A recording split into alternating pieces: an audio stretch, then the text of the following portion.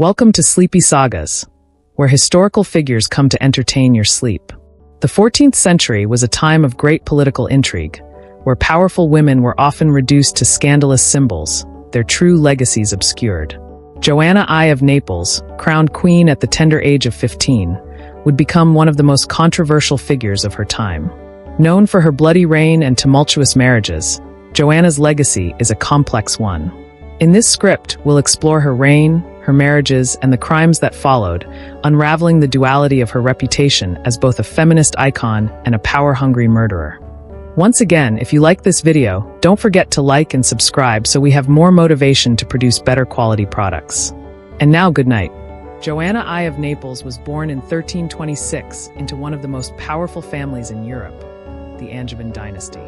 As the granddaughter of Charles II of Naples and the daughter of King Charles IV of Naples, she was a member of a family whose ambitions stretched across the Mediterranean, securing wealth, power, and influence wherever they went.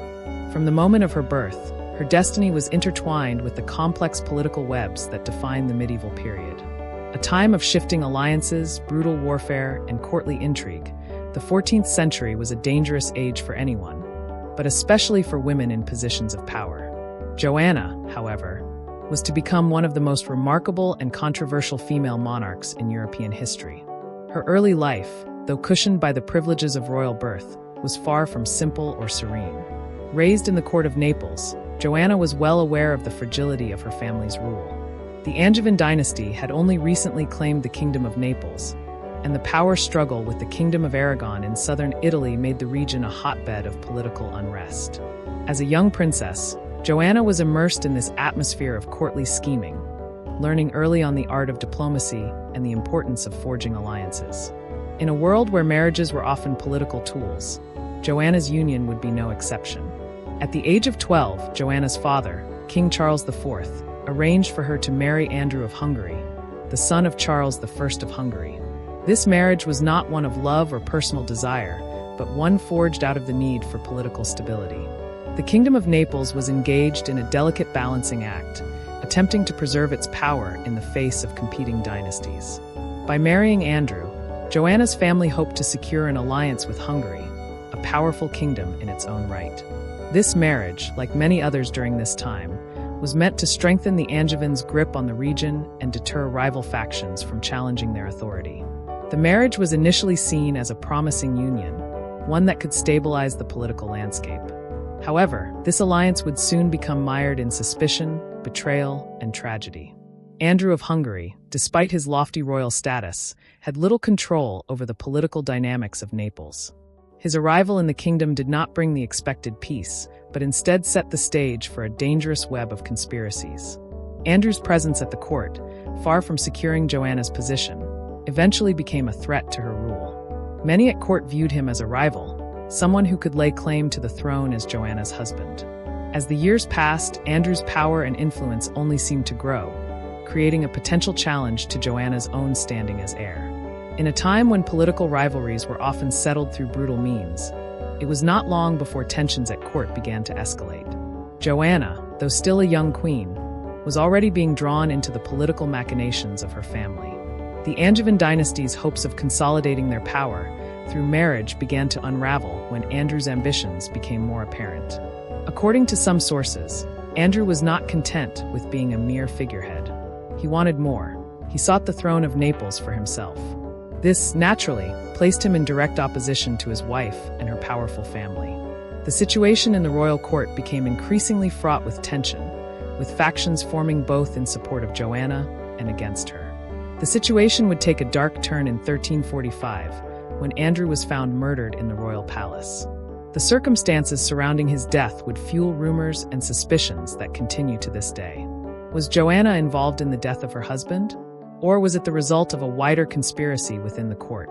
The answers remain shrouded in mystery, but the timing of Andrew's death, at the height of his growing influence and power, certainly raised questions. Joanna's immediate reaction to Andrew's death is said to have been one of shock and grief, but her subsequent actions would suggest a much more complicated response. Some historians believe that Joanna, far from being the innocent and wronged widow she presented herself as, may have played a role in orchestrating her husband's murder. The conspiracy theories that emerged in the wake of his death paint a picture of a woman who was both politically astute and willing to use whatever means necessary to secure her own position. Whether or not Joanna was directly involved in Andrew's death remains a topic of fierce debate, but there is little doubt that she would later benefit from his untimely demise. In the aftermath of Andrew's assassination, the political fallout was immediate and severe. Joanna, still a young queen, was left to navigate the storm of suspicions, accusations, and courtly unrest. The Angevin dynasty found itself once again embroiled in scandal, with enemies seizing upon the murder as an opportunity to attack her rule. Many in Naples, particularly those aligned with the powerful Aragonese faction, were quick to blame Joanna for the crime.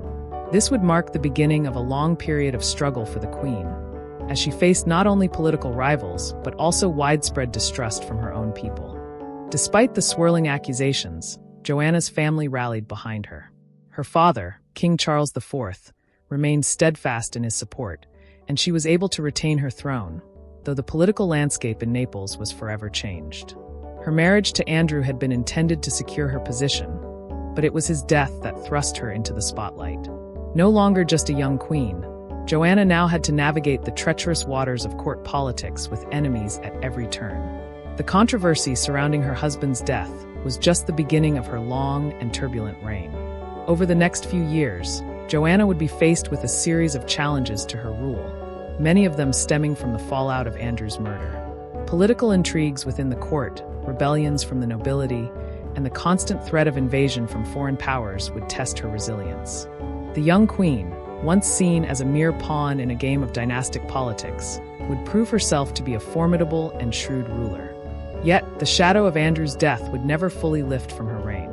It is in these early years of her reign that the dual nature of Joanna's character began to emerge. On the one hand, she was a determined and capable ruler, fiercely protective of her throne and her kingdom. On the other, she was a woman deeply entangled in the violent and often treacherous world of medieval politics. Joanna's ability to survive the aftermath of Andrew's assassination, despite the many accusations against her, reveals a ruler who was willing to do whatever necessary to maintain her power. But as her reign continued, the question of whether she was a feminist icon or a power-hungry murderer would come to dominate her legacy. Joanna's early life and rise to power were marked by a series of dramatic events that shaped her destiny. From her marriage to Andrew of Hungary to his suspicious murder, her reign was built on a foundation of political maneuvering and ruthless ambition. Though her family's ambitions may have initially been the driving force behind her marriage, it was Joanna's cunning, resilience, and willingness to act decisively that would define her legacy. Her first marriage, though a strategic alliance, would set the stage for the intrigues, betrayals, and violence that would come to characterize her reign. As we continue to explore Joanna's story, it becomes clear that her rise to power was not just the result of her royal lineage, but of her own political savvy and ambition. Joanna I of Naples may have started as a young princess thrust into a world of political intrigue, but she would ultimately prove to be a queen of considerable power and ambition, ready to defend her throne at any cost. Her early years, marked by scandal, betrayal, and violence, would lay the groundwork for the tumultuous and bloody reign that would follow. The woman who was accused of murdering her husband and embroiling her kingdom in scandal would become one of the most controversial figures in medieval history. The death of Andrew of Hungary, Joanna I's first husband, in 1345 marked a pivotal moment in her reign as Queen of Naples. The incident became one of the most controversial and debated aspects of her rule, casting a long shadow over her legacy. While Joanna's marriage to Andrew had initially been arranged to strengthen the political alliance between Naples and Hungary, it quickly turned into a source of strife, suspicion, and tragedy. His suspicious murder set the stage for the downfall of their union and began a series of events that would shape her rule for years to come. The question of whether Joanna was involved in the murder has never been fully answered, but the event would forever alter the course of her reign, both politically and personally. Andrew of Hungary, who had married Joanna in 1333 when she was just 12 years old, was the second son of Charles I of Hungary. At the time, his marriage to the young queen was seen as a diplomatic move, intended to secure an alliance between the Angevin dynasty of Naples and the powerful Hungarian kingdom. The union was forged with the goal of consolidating power in the Mediterranean, preventing Aragonese interference, and strengthening the Angevins' position against their many rivals. However, the political motivations behind their marriage were soon overshadowed by tensions within the royal court and a growing rivalry between Andrew and his wife's family. Andrew's arrival in Naples was not the peaceful, stabilizing event that had been anticipated. Despite being a royal figure, he had little authority in Naples, a kingdom already rife with political turmoil. While Joanna, as queen, was the ruler of the kingdom, Andrew's position was largely symbolic. He was treated as a consort, but he was also a potential rival, as he had claims to the throne through his marriage to Joanna. His presence, far from consolidating power, seemed to have divided the court and sparked personal and political rivalries. The tension between the two royals was palpable. While Joanna was powerful in her own right, she was still deeply influenced by her father's kingdom and the Angevin family, and Andrew's influence seemed to threaten her own authority. The first signs of trouble appeared when Andrew began to assert his own authority within the court. His growing ambitions were seen by many as a challenge to Joanna's rule. While it's difficult to ascertain the full extent of Andrew's desire for power, there were signs that he sought to carve out a larger role for himself in the political sphere of Naples. According to some accounts, he reportedly sought to assume greater control over military affairs and wanted a greater say in the governance of Naples. This would have put him in direct competition with his wife, who, despite her youth, was already deeply entrenched in the political machinations of her family's kingdom. The tension between them came to a head in the winter of 1345. On the night of January 18th, Andrew was found dead in his chamber at the royal palace in Naples. The circumstances surrounding his death remain highly suspicious, and the details of the event have been the subject of intense speculation ever since. According to the official account, Andrew was strangled by a group of assassins, allegedly acting on the orders of powerful figures within the court. The murder was brutal, and it appeared to have been planned with precision. Some claimed that Joanna was directly involved in orchestrating the killing, while others believed that external forces, perhaps rival factions within the court or enemies of the Angevin dynasty, played a significant role in his death. In the immediate aftermath of the murder, accusations were quickly levied against Joanna. The political climate in Naples was already tense, with multiple factions vying for power and influence. Many saw Andrew's death as a convenient way for Joanna to solidify her own reign and remove a potential rival. His death removed the only person who could contest her claim to the throne, leaving her as the sole ruler of Naples.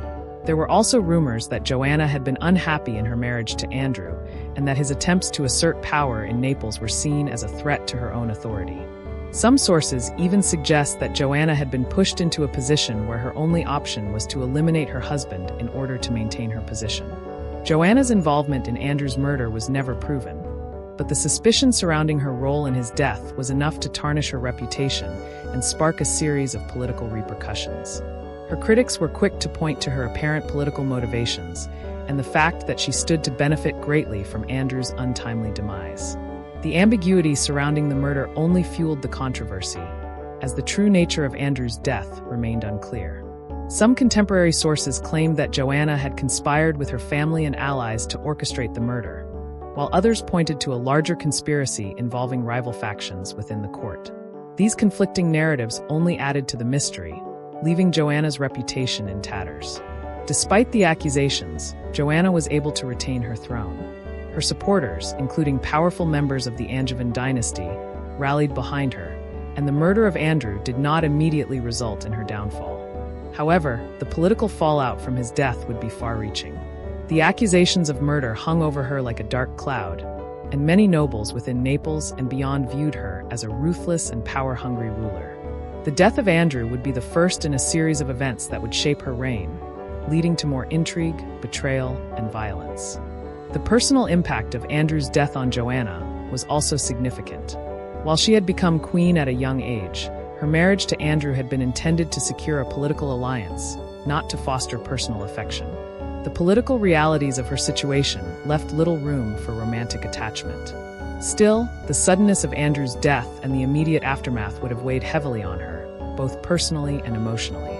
Despite the political benefits of his murder, the psychological toll of having her name linked to such a violent act could not have been easy to bear. The accusations against her were not easily dismissed, and Joanna would spend the rest of her reign trying to rebuild her reputation and maintain her power in the face of constant scrutiny. The murder of Andrew of Hungary also marked a turning point in Joanna's reign. The event was a critical juncture in her personal and political life, and it cast a long shadow over her actions and decisions in the years that followed. While Joanna had successfully consolidated her power, the controversy surrounding Andrew's death would never fully dissipate. The episode introduced a level of suspicion and mistrust that would follow her throughout her reign.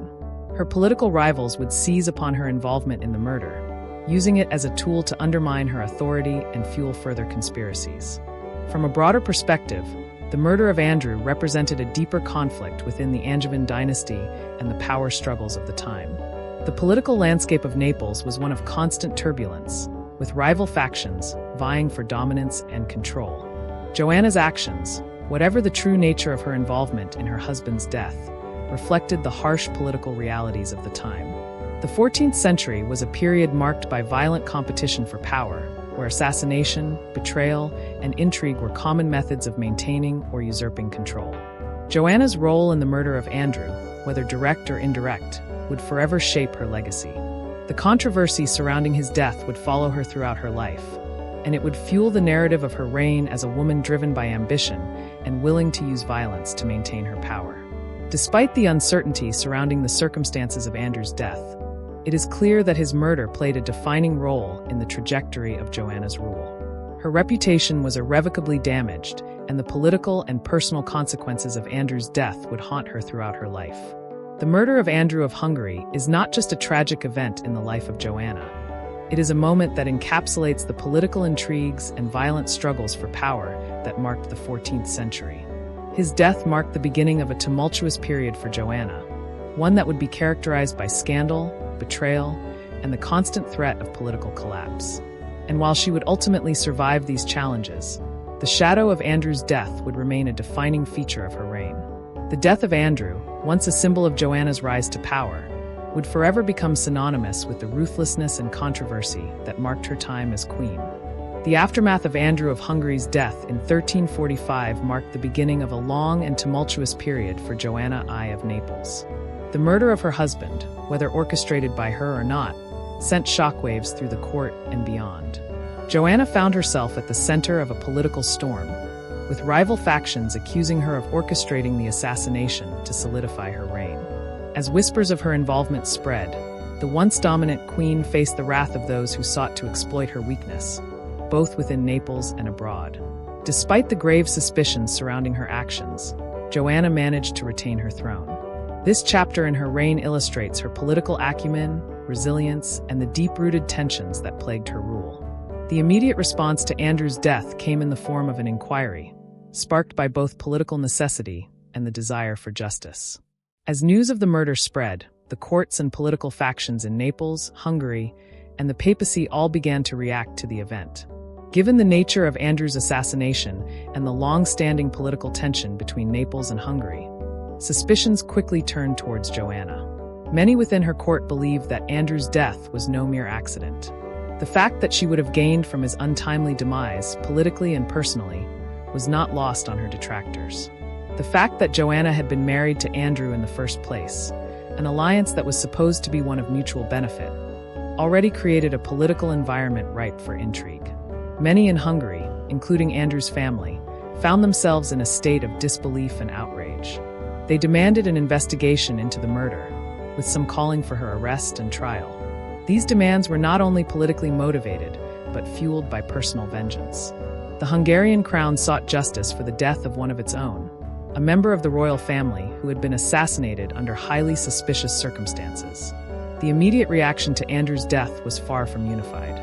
Within the court of Naples, there were those who vehemently denied any involvement on Joanna's part, staunchly defending her and her right to the throne. Many of her supporters believed that her actions in the wake of the murder, including her attempt to maintain control of the kingdom, were indicative of her resilience and political savvy.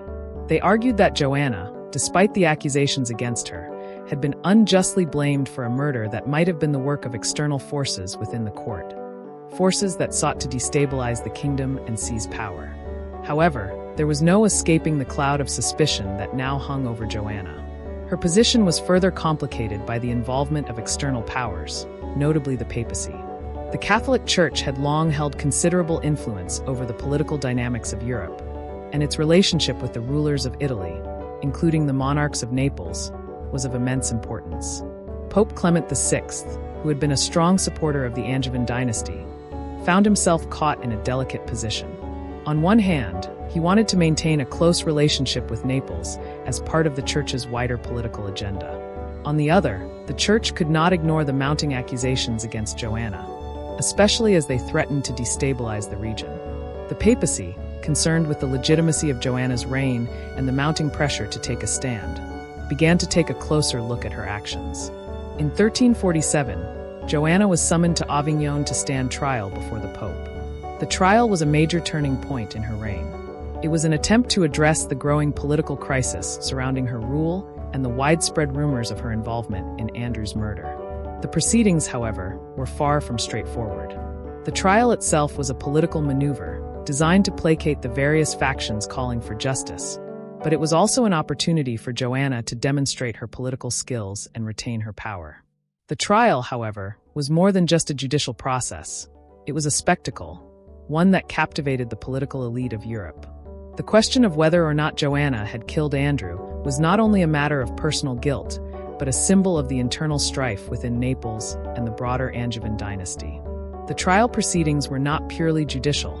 They were also deeply political. Joanna's accusers, many of whom had competing ambitions and sought to undermine her reign, took advantage of the trial as a platform to make their voices heard. At the same time, Joanna's defenders, particularly members of the Angevin family and her supporters within Naples, worked tirelessly to protect her reputation and secure her throne. During the trial, various witnesses testified, though much of the evidence presented was inconclusive and contradictory. There were those who claimed to have knowledge of a conspiracy within the court to kill Andrew, and others who pointed to Joanna as the mastermind.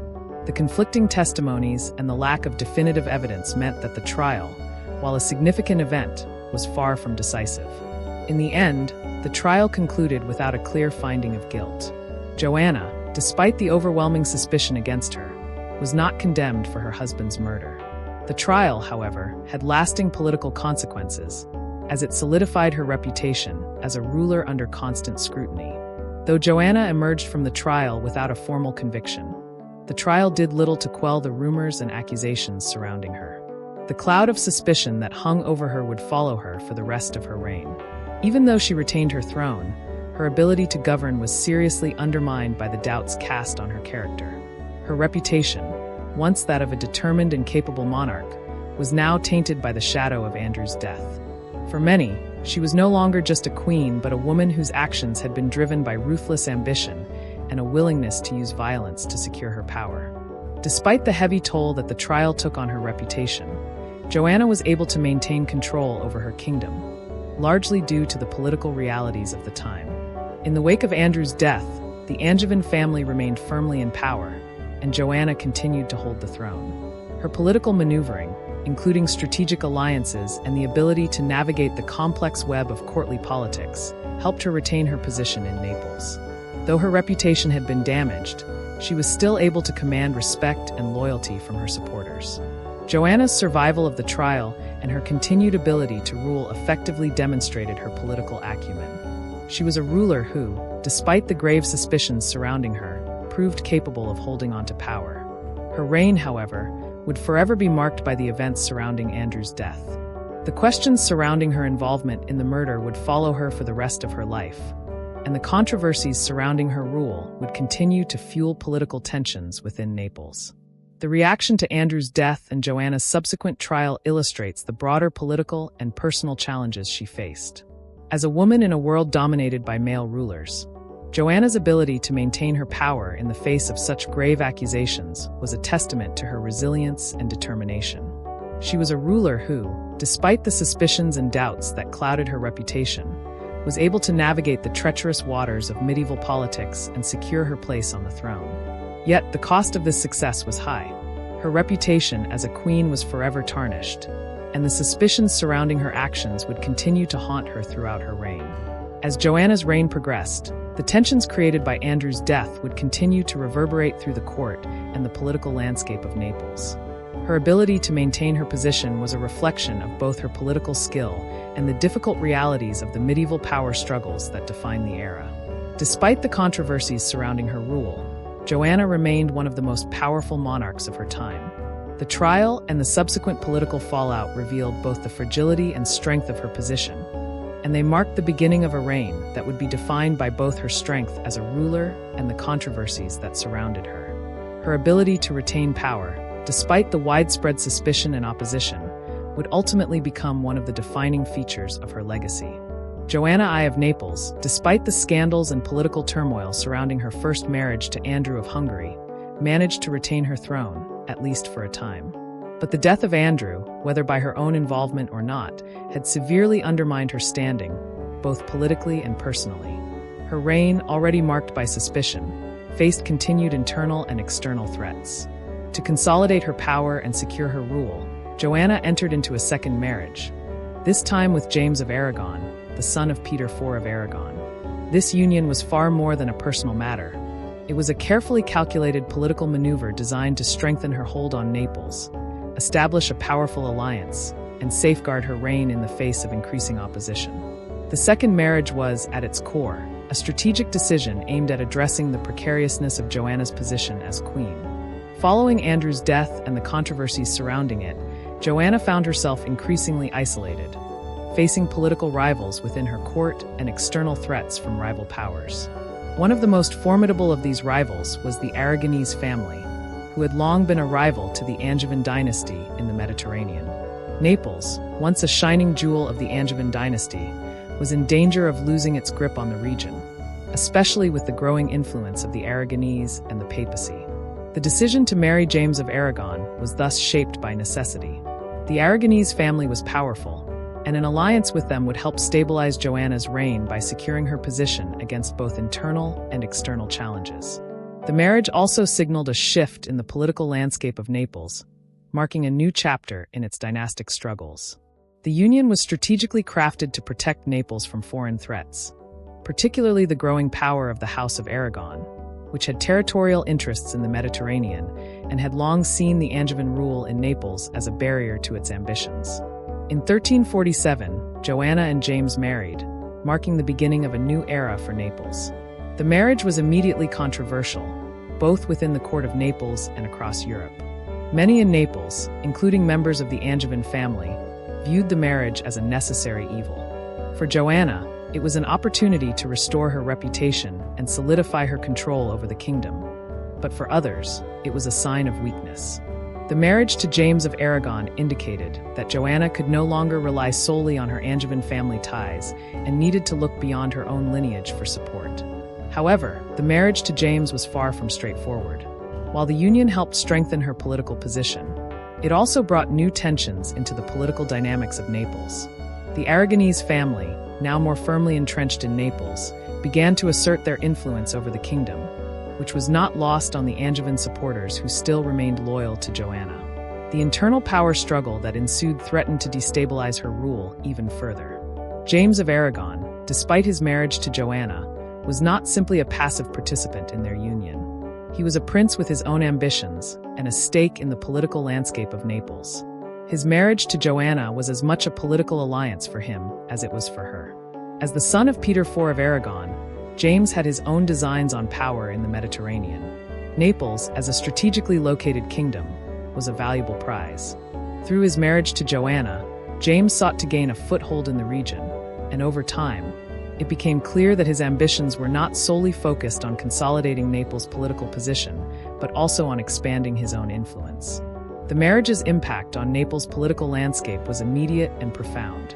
On one hand, Joanna was able to secure an alliance with the Aragonese, which was vital for her survival in a volatile political environment. With the threat of external invasion from rival powers, particularly the House of Anjou, the marriage provided much-needed stability.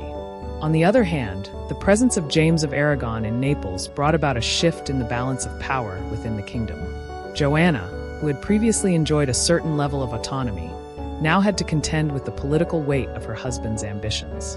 James of Aragon's presence in Naples also meant that the Aragonese family gained a stronger foothold in the kingdom. The political power that had once been firmly in the hands of the Angevin dynasty was now increasingly influenced by the Aragonese. The court of Naples, once dominated by the Angevin faction, now found itself divided along dynastic lines. Factions supporting Joanna's Angevin heritage and those aligning with the Aragonese family began to vie for influence. This internal conflict created a volatile political environment, where alliances were constantly shifting and rivalries erupted into open conflict. In addition to the internal strife, the marriage to James of Aragon also created tensions with other foreign powers, particularly the papacy. The papacy, which had long been an ally of the Angevin dynasty, now found itself faced with a complicated situation. Pope Clement VI, who had previously supported Joanna in the wake of Andrew's death, was caught between his allegiance to the Angevin family and his desire to maintain good relations with the Aragonese. The marriage between Joanna and James was seen as a shift in the balance of power within the region, and the papacy, ever watchful of its influence in the Mediterranean, could not afford to alienate either side. For Joanna, the political cost of this marriage was high. While the alliance with the Aragonese helped to solidify her reign in the short term, it also meant that she had to navigate a complex web of political interests. On one hand, she had to maintain her position as Queen of Naples, a role she had fought to keep despite the controversies surrounding Andrew's death. On the other hand, she had to manage the interests of her new husband, James, and his ambitions for power in the region. This delicate balancing act required immense political skill, and it was one of the hallmarks of Joanna's reign. Despite the political complexities of her marriage to James, Joanna was able to retain control of her kingdom. She deftly navigated the internal power struggles at court, leveraging her diplomatic skills to maintain her authority. Her marriage to James was not one of love or romantic affection, but rather a strategic alliance aimed at securing her throne. Joanna's ability to manage the shifting allegiances at court and maintain her political power was a testament to her astuteness as a ruler. Joanna's second marriage, though politically necessary, also had a profound personal impact on her. As Queen of Naples, she had already faced immense pressure, both from within her court and from foreign powers. The marriage to James of Aragon, while securing her position in Naples, also meant that she had to share her reign with her husband. This shift in the balance of power at court created new challenges for Joanna, who had been used to wielding authority on her own. While her marriage to James provided her with the necessary political support, it also forced her to contend with the ambitions of a powerful and ambitious foreign prince. The marriage also deepened the complexities of her relationships with other ruling families. The Angevin dynasty, still influential in Naples, viewed the Aragonese presence with suspicion.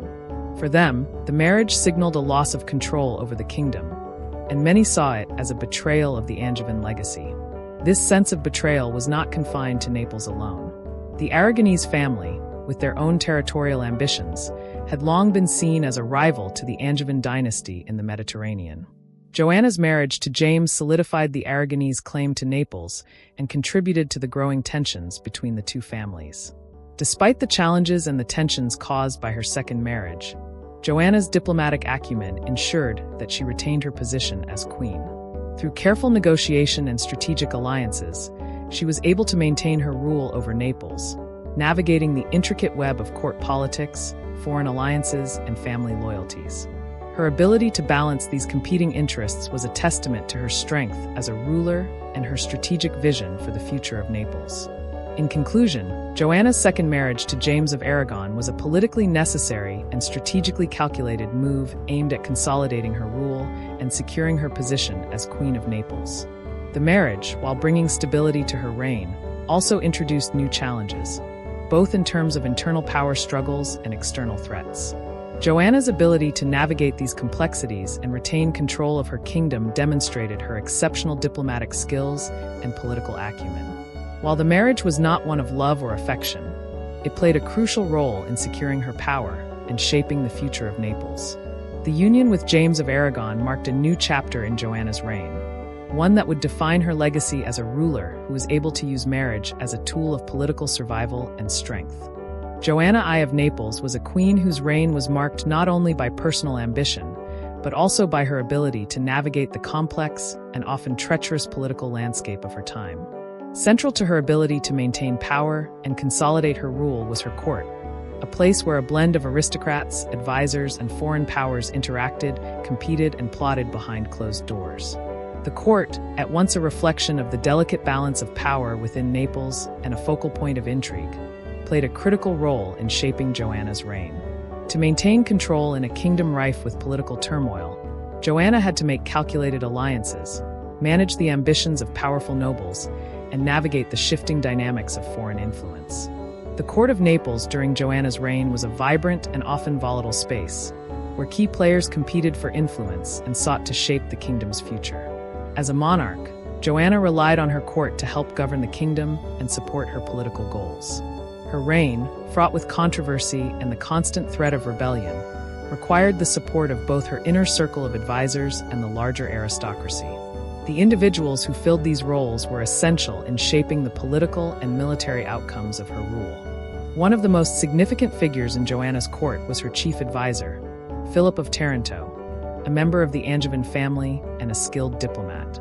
Philip was not only a trusted confidant of Joanna, but also a key figure in managing the political relationships between Naples and other European powers. His expertise in diplomacy and statecraft helped navigate the kingdom's foreign relations, particularly with the papacy, Hungary, and the Aragonese. The role of trusted advisors such as Philip was indispensable for Joanna's political survival, and they played a major part in her decision-making process. Another important player in Joanna's court was Charles of Durazzo, a nobleman with his own ambitions, whose actions would later become a significant turning point in her reign. Charles, part of the Angevin aristocracy, initially supported Joanna's rule, but later turned against her in a bid to claim the throne for himself. His eventual rebellion, which culminated in the capture and execution of Joanna, underscores the delicate nature of the alliances that Joanna had to maintain. The shifting loyalties of powerful aristocrats within her court would prove to be both an asset and a challenge throughout her reign. While these advisors were crucial to the functioning of Joanna's kingdom, the role of the aristocracy at large also played a pivotal part in shaping her rule. The aristocratic families in Naples, with their vested interests in the political and economic stability of the kingdom, often held more power than the crown itself. The Angevin family, though still influential, had to contend with rival noble families and foreign powers that sought to undermine their position. Managing the interests of these families, whose loyalty could shift in an instant, required careful balancing by Joanna. The influence of the court aristocracy extended far beyond the confines of Naples. To solidify her rule, Joanna had to rely on external alliances, particularly with foreign powers. The relationships between Naples and the papacy, the Aragonese, and other European powers were essential for maintaining both internal stability and external legitimacy. The court became a space where these complex relationships were negotiated, with advisors acting as intermediaries between foreign powers and the Queen. The political machinations that occurred within the court were not just limited to Naples. They reached across the Mediterranean and beyond, affecting the broader political landscape of Europe. The role of alliances in Joanna's rule cannot be overstated. Throughout her reign, Joanna was constantly aware of the need to secure powerful allies while managing the political demands of her court and foreign powers. However, the desire for personal power often came into conflict with the necessity of these alliances, leading to tension and intrigue within the court. At the heart of this tension was Joanna's struggle to maintain control over her kingdom while balancing the ambitions of her advisors, the aristocracy, and foreign rulers. Joanna's relationship with her court advisors was one of mutual dependence. While she relied on their expertise and support, the advisors also sought to expand their own power and influence. This created a delicate power dynamic, where loyalty was often conditional on personal gain. For instance, advisors like Philip of Taranto, though loyal to Joanna, had their own aspirations. While serving as a diplomat and statesman for Naples, Philip was also working to advance his own political standing, both within the kingdom and across Europe. This dual role as advisor and aspirant created an undercurrent of tension, as personal ambition frequently clashed with the collective goals of the court. The presence of rival aristocratic families further complicated matters. The nobles in Naples, many of whom had extensive family connections and wealth, sought to maintain or increase their power through their alliances with the Queen. These nobles often acted as power brokers, using their influence to secure land, military support, and positions of authority. However, the desire for greater power was not confined to the aristocracy alone. Joanna herself, despite her position as queen, was not immune to the temptation of consolidating personal power. She skillfully navigated the shifting alliances within the court, making calculated moves to maintain her dominance. This internal power struggle was not just limited to court intrigues, but also played out in Joanna's relations with her foreign allies. The relationship with the Aragonese, for example, was one of necessity but also one of tension. While the marriage to James of Aragon was a politically advantageous alliance, it did not come without its complications. James of Aragon, despite being married to Joanna, had his own ambitions and sought to increase his influence in Naples. This rivalry between Joanna's personal power and the Aragonese family's ambitions created a constant tension within the court. James's presence in Naples was a reminder that even within Joanna's closest circle, power struggles were a constant presence. The tension between maintaining alliances and pursuing personal power was especially evident during periods of external threats. For example, when Joanna faced challenges from the papacy and other European monarchies, her need to secure alliances often meant compromising her own position. While the papacy was a key ally, their demands were often in conflict with her personal objectives.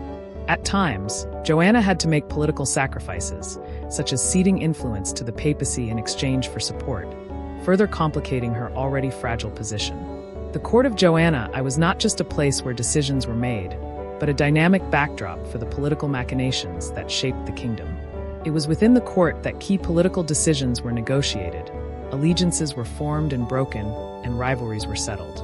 As queen, Joanna had to manage not only her personal ambitions, but also the competing interests of those around her. The court was a space where nobles, advisors, and foreign powers all sought to influence the queen's decisions. While some advisors acted as loyal counselors, others used their positions to push their own agendas, often at the expense of the queen's interests. For example, advisors like Philip of Taranto often played a balancing act, working to preserve their own power while ensuring that Naples maintained its political standing in Europe. Similarly, aristocratic families, though ostensibly loyal to Joanna, often acted in their own self-interest, seeking to expand their own influence within the kingdom. Joanna's ability to navigate these shifting alliances and rivalries was a testament to her political savvy. Throughout her reign, she relied on her court to support her decisions and to help enforce her authority. Yet she was also aware of the dangers of over-relying on any one faction. Her political skill was demonstrated in her ability to shift alliances, make compromises, and, when necessary, exercise ruthless authority to maintain control. At times, the court became a place of open conflict, where power struggles turned into outright rebellion. For example, when Charles of Durazzo, a member of the Angevin aristocracy, rebelled against Joanna in a bid to claim the throne for himself, the court became a battleground for competing factions. Charles's ambitions exposed the fragility of Joanna's rule, as his revolt, supported by other nobles, challenged her authority and nearly led to her downfall. In the end, Joanna's ability to survive the rebellion and maintain her throne was a reflection of her skill in managing the court's complex web of alliances and rivalries. Joanna I's reign was defined by her ability to navigate the complex and often volatile world of court politics. The court, with its web of aristocratic families, advisors, and foreign powers, was both a source of strength and a constant challenge for the queen. Her ability to consolidate power, manage alliances, and assert her authority amidst the ever-changing dynamics of the court showcased her political astuteness. Despite the constant threat of rebellion and the shifting loyalties of those around her, Joanna was able to maintain her position and assert her dominance over the Kingdom of Naples. The court served as both the backdrop for the political intrigues that shaped her reign and a reflection of the challenges Joanna faced as a ruler. Through careful negotiation and strategic alliances, she was able to consolidate her rule, even as she faced the constant threat of betrayal and rebellion. Her court, full of ambition and rivalry, was not just a place of governance, but a theater in which the drama of her reign played out. In the end, Joanna's strength as a ruler lay in her ability to navigate these challenges and maintain control over a kingdom that was constantly in flux. The conflict between Joanna I of Naples and Pope Urban VI is one of the most dramatic episodes in the reign of the Queen of Naples. It stands as a defining chapter in the history of the late medieval period, where the clash between church and state erupted into a full-scale political and theological battle.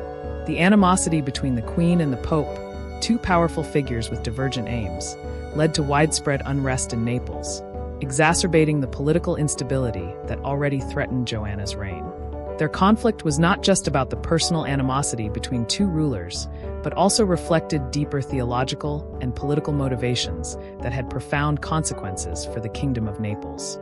Pope Urban VI, elected in 1378, was a figure who had risen quickly through the ecclesiastical ranks.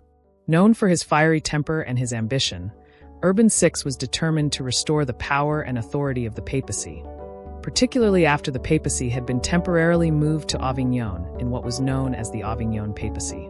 Urban's reign marked the end of this period and the return of the papacy to Rome, but his ambitions extended beyond merely overseeing the return of the papacy to the city. He sought to wield enormous political influence, and his efforts often led to confrontation with secular rulers, including Joanna of Naples. Joanna's relationship with the papacy was already tenuous before Urban VI's election. The papacy had long been a critical player in the political affairs of Naples, with the church's influence shaping much of the kingdom's diplomatic and religious life. However, for Joanna, the papacy was both an ally and a potential adversary. Her reign had been marred by political strife, with rival factions within Naples and outside forces, such as the Aragonese, vying for control of the kingdom. As a ruler, she had to balance her alliances carefully, maintaining both the favor of the papacy and her independence as a monarch. The core of the conflict between Joanna and Urban VI stemmed from both political and theological motivations. Politically, Urban VI sought to assert papal authority over secular rulers and to extend the influence of the Church over the political landscapes of Europe. In his view, the papacy had the right to intervene in the governance of kingdoms, especially those in Italy, which were directly influenced by the Church's territorial holdings and spiritual power. Pope Urban VI's increasing intervention in secular affairs began to strain relations with rulers like Joanna, who had her own political ambitions and a desire to maintain control over Naples without interference from the papacy. Urban's ambitions for the papacy were not just about spiritual power, but also about earthly dominance. When he sought to increase papal influence in the region, he attempted to impose his will on the politics of the Italian peninsula, a region where the papacy had already maintained considerable influence through its numerous holdings and vast wealth. His policy of papal intervention alienated several secular rulers, including Joanna, who felt her authority was being undermined by the Pope's actions. For Joanna, who had already faced multiple challenges to her rule, the Pope's increasing interference was seen as an existential threat. As a woman in a position of power, she had worked hard to consolidate her authority and carve out a space for herself in the male-dominated political environment of 14th century Europe. Urban's efforts to extend papal power into Naples represented not just a political challenge, but also a personal affront. The papacy, in Joanna's eyes, was attempting to strip away her sovereignty, and this could not be tolerated. Theological tensions also played a significant role in the conflict. At the heart of the dispute between the two figures was a struggle for control over the Church itself. Urban VI's policies sought to centralize and reinforce the papacy's control over church affairs, while Joanna was aligned with other European rulers who were increasingly advocating for more localized control of religious matters. This theological clash was exacerbated by Urban's harsh behavior, which, by alienating many church officials, created an atmosphere of discord, not just within the political realm, but within the church as well. Urban's aggressive rhetoric and behavior alienated many factions within Italy and the church. While the Pope aimed to create a strong central authority in Rome, his disregard for diplomatic niceties and harsh treatment of his adversaries made him a divisive figure. The conflict soon moved from a political dispute to a deeply theological one. The Pope, with his own ambitions for spiritual dominance, began using excommunication as a weapon against those who opposed his rule. For Joanna, this presented a grave threat, as she had always relied on her connection with the Church for legitimacy. As tensions between the Queen and the Pope escalated, Pope Urban VI decided to take drastic action. In 1381, in a stunning move, Urban excommunicated Joanna I of Naples. This was not just a religious excommunication, but a deeply political one, as it effectively severed Joanna's legitimacy as queen in the eyes of the Catholic world. The excommunication had far-reaching consequences for both Joanna and the Kingdom of Naples, as it represented a direct challenge to her authority and the sovereignty of her realm. The excommunication of Joanna was one of the Pope's most dramatic moves in his quest for papal dominance. The Pope's decision was not merely the result of a theological disagreement. It was a clear statement that Urban sought to undermine the power of secular rulers, particularly women in positions of authority. Joanna, already embroiled in political struggles with the Aragonese and other factions within her court, now found herself under direct attack from the highest spiritual authority in Christendom. Urban's excommunication of Joanna was a message to other monarchs in Europe. The papacy would not tolerate defiance of its authority. By excommunicating the Queen of Naples, Urban VI hoped to set an example and weaken the political influence of secular rulers, particularly those who challenged the papacy's dominance. The Pope's actions led to widespread unrest in Naples, as the excommunication was seen by many as an unjustified attack on the kingdom. For many in Naples, Joanna's excommunication was not just a personal blow, but a direct assault on the independence and dignity of the entire kingdom. The excommunication of Joanna had devastating consequences, both for the Queen personally and for the Kingdom of Naples. As a monarch who had long relied on the legitimacy provided by the Catholic Church, the Pope's decision to excommunicate her cast a shadow over her rule. The loss of papal favor had profound ramifications for Naples, both internally and externally. Excommunication placed the kingdom in a precarious position, as it now stood in opposition to the Church itself. The alienation of Naples from the Catholic Church was one of the most significant outcomes of the conflict with Urban VI. The Pope's decision to sever ties with Joanna caused rifts between Naples and other Catholic kingdoms in Europe. As the head of the Catholic Church, Urban VI held significant sway over the loyalties of European monarchs. The excommunication effectively isolated Naples from much of the Catholic world, making it a pariah state. The kingdom, once a powerful and respected force in the Mediterranean, now found itself embroiled in a religious and political crisis, with foreign allies growing hesitant to support Joanna's rule. The excommunication also had a direct impact on the morale of the people of Naples. In a deeply religious society, the Church held tremendous sway over the lives of the population, and being excommunicated was seen as a sign of divine disfavor. This alienated many of Joanna's subjects, some of whom began to question her legitimacy as queen. The rift with the Pope led to the erosion of Joanna's support within Naples, as many of her subjects began to view her as a ruler rejected by God's authority. The conflict with Pope Urban VI and the subsequent excommunication of Joanna would leave a deep mark on her legacy. The papal excommunication, which was the result of political and theological struggles, shifted the course of Joanna's reign and set the stage for the eventual weakening of her power. Despite her attempts to navigate the complex political landscape of Italy, the excommunication placed her at odds with the Catholic Church, a force that had long been central to her rule. In the years that followed, the alienation of Naples from the Catholic Church became a lasting consequence of Joanna's conflict with Urban VI. The Pope's actions were part of a broader struggle between church and state that would define much of the political landscape of the 14th century. While Joanna fought to maintain her throne, the excommunication and the resulting loss of papal support contributed to the instability of her kingdom. Though she was able to hold on to power for a time, the ongoing tension with the Pope and the broader church ultimately played a role in her downfall. The story of Joanna's conflict with Pope Urban VI is a dramatic recounting of the church-state conflict that characterized much of her reign. The excommunication and subsequent alienation of Naples from the Catholic Church marked a tragic turning point in the history of the Kingdom of Naples, one that underscored the perilous nature of navigating the intersection between political ambition and religious authority. Urban's decision to sever ties with Joanna was not just a blow to her personally, but a symbol of the larger conflict between church and state, a struggle that would continue to shape European politics for centuries to come. The death of Andrew of Hungary was a turning point not only in the life of Joanna I of Naples, but also in the history of the Kingdom of Naples itself.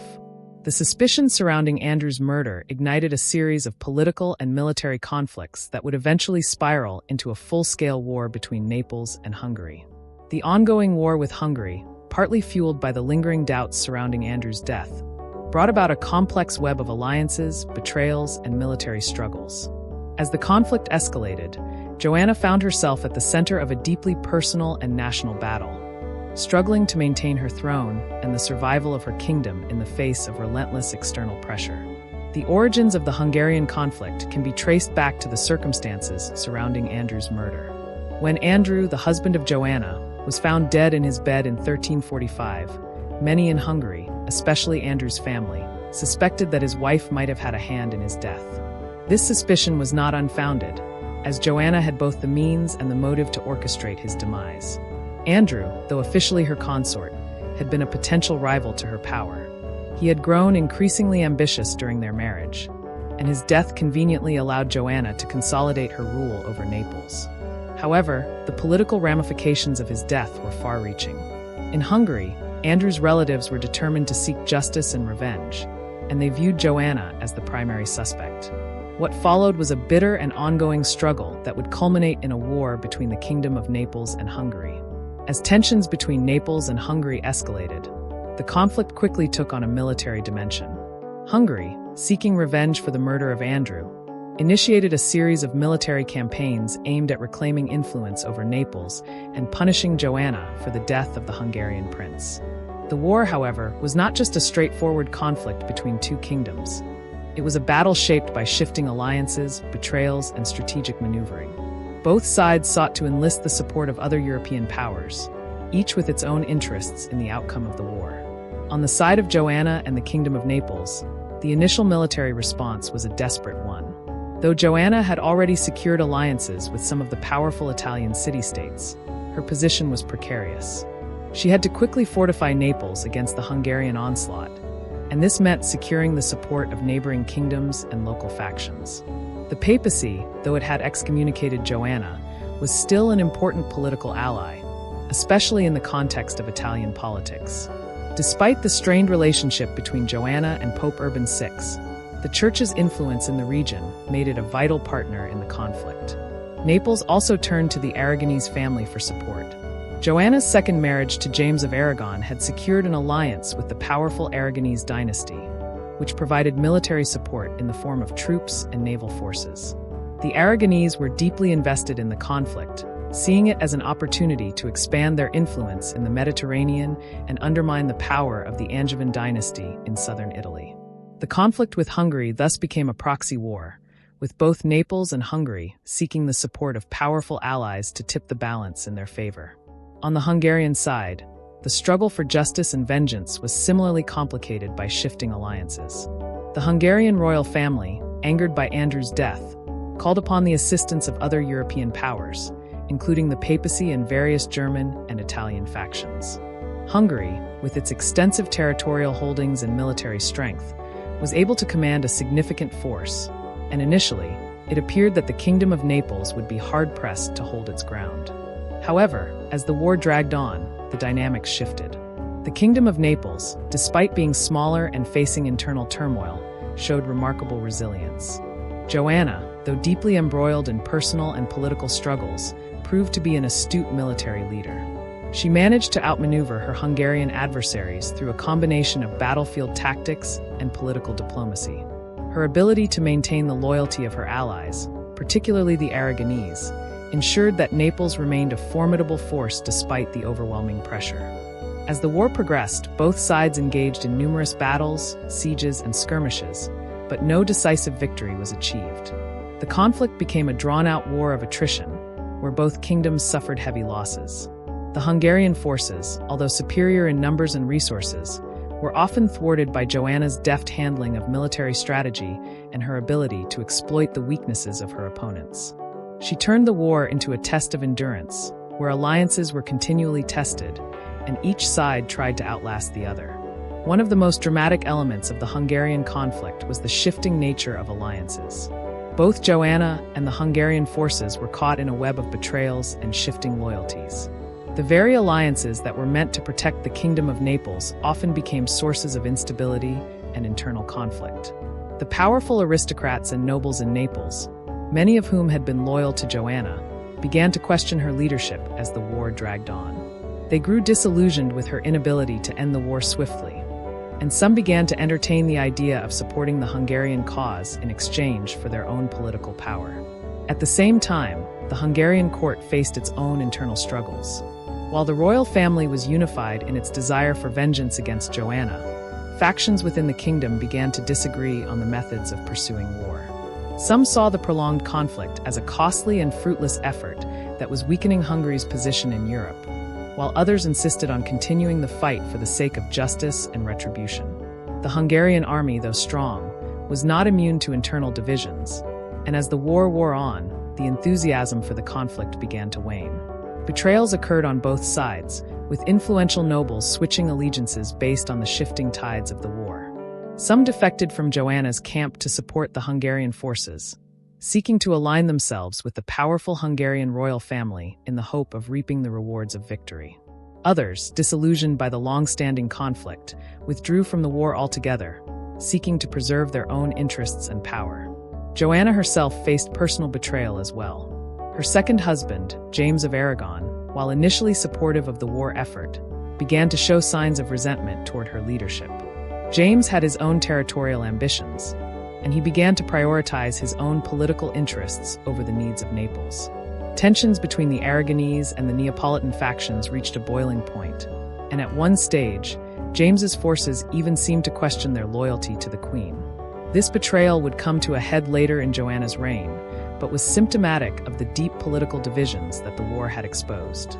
As the war with Hungary dragged on, questions began to arise about whether Joanna had manipulated the conflict to maintain control over her kingdom.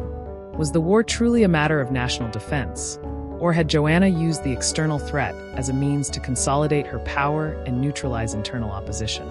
There are compelling arguments that suggest that Joanna, despite the existential nature of the war, may have also seen it as an opportunity to fortify her rule. By prolonging the war with Hungary, Joanna may have been able to unite her people against a common external enemy. In times of war, monarchs often gain popular support by presenting themselves as defenders of the realm, and Joanna could have used the war to strengthen her authority. The conflict gave her the ability to rally her supporters and suppress dissent within her court. By framing the war as a struggle for survival, she was able to quell internal revolts and stabilize the kingdom, at least temporarily. Furthermore, Joanna's manipulation of the war allowed her to leverage her alliances and expand her influence. By drawing the papacy and the Aragonese into the conflict, she not only secured vital military assistance, but also cemented her ties to these powerful foreign entities. However, the longer the war went on, the more difficult it became for Joanna to maintain the support of her allies. The prolonged conflict, coupled with the growing cost of the war, made it increasingly difficult for her to balance the interests of her allies with the demands of the war effort. The question of whether Joanna manipulated the war to maintain control is complicated by the fact that, in many ways, the war was both a genuine external threat and a tool of political strategy. Joanna's leadership during the conflict demonstrated her political acumen, but it also revealed the lengths to which she was willing to go to ensure her survival. As the war dragged on, it became clear that Joanna's ability to navigate both external and internal politics was a central factor in her ability to maintain power. The Hungarian conflict was, at its core, both a personal and national battle for Joanna. On the one hand, the war represented a struggle for her own survival as a ruler. Her ability to weather the storm of accusations surrounding her husband's death and the military threat from Hungary was a testament to her resilience and determination. On the other hand, the war was a national struggle for the future of Naples, a kingdom caught in the crossfire of dynastic politics and territorial ambitions. For Joanna, the war was not just a fight against Hungary, it was a fight to define her legacy as queen. As the conflict continued, Joanna's role as a monarch evolved. She was no longer just a figurehead or a ruler concerned with day-to-day governance. She became the symbol of Naples' resistance against external forces. Her ability to navigate the complexities of war, alliance, and betrayal made her a central figure in both the military and political spheres. The Hungarian conflict would continue to shape the course of Joanna's reign, and though the war eventually wound down with a negotiated peace, the scars of the conflict remained. For Joanna, the war was a test of her strength and resilience, a defining chapter in her struggle to maintain her authority and her kingdom. The conflict with Hungary, fueled by suspicion, betrayal, and the struggle for power, ultimately defined much of Joanna's legacy as a ruler who was both adept at surviving crises and willing to manipulate events to secure her reign.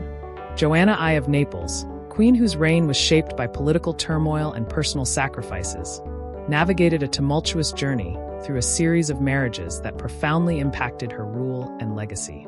Known for her extraordinary ability to manipulate power and navigate the complexities of court politics, Joanna's third and fourth marriages are among the most controversial episodes in her life. These unions, fraught with intrigue, betrayal, and political maneuvering, were not just personal relationships but essential components of her strategy to secure her throne and strengthen her grip on the Kingdom of Naples. But as much as they served her political ambitions, they also revealed her vulnerabilities, exposing the emotional and political struggles that defined her reign. Her third marriage to Louis of Taranto and her subsequent fourth marriage to a man who would become her bitter rival both left deep marks on her personal and political life. These marriages, with all their inherent drama, tell the story of a queen who was constantly forced to balance personal desire and political necessity, and whose decisions shaped not only her own fate, but the destiny of Naples itself. In 1364, Joanna married Louis of Taranto, the nephew of Charles IV, the King of Naples. Louis, a well-placed noble with a claim to the throne, was seen as a powerful figure who could help solidify Joanna's rule after the traumatic events surrounding the death of her first husband, Andrew of Hungary. His marriage to Joanna was politically advantageous for both of them. Louis gained a position as the king's consort and potential heir, while Joanna hoped to secure a strong ally in her attempts to suppress internal rebellions and external threats. At this point in her reign, having faced excommunication and the loss of key alliances, she needed someone who could offer not just loyalty, but also military and political strength. Louis, while ambitious and politically savvy, was not without his own aspirations. Though Joanna remained the Queen of Naples, Louis, as her husband, enjoyed a position of power that gave him significant influence within the court. However, their marriage was anything but peaceful. Louis of Taranto was a man driven by his own ambitions, and his desire for greater power within Naples quickly put him at odds with Joanna. While he was legally her consort, his desire for autonomy and control led to tensions between them.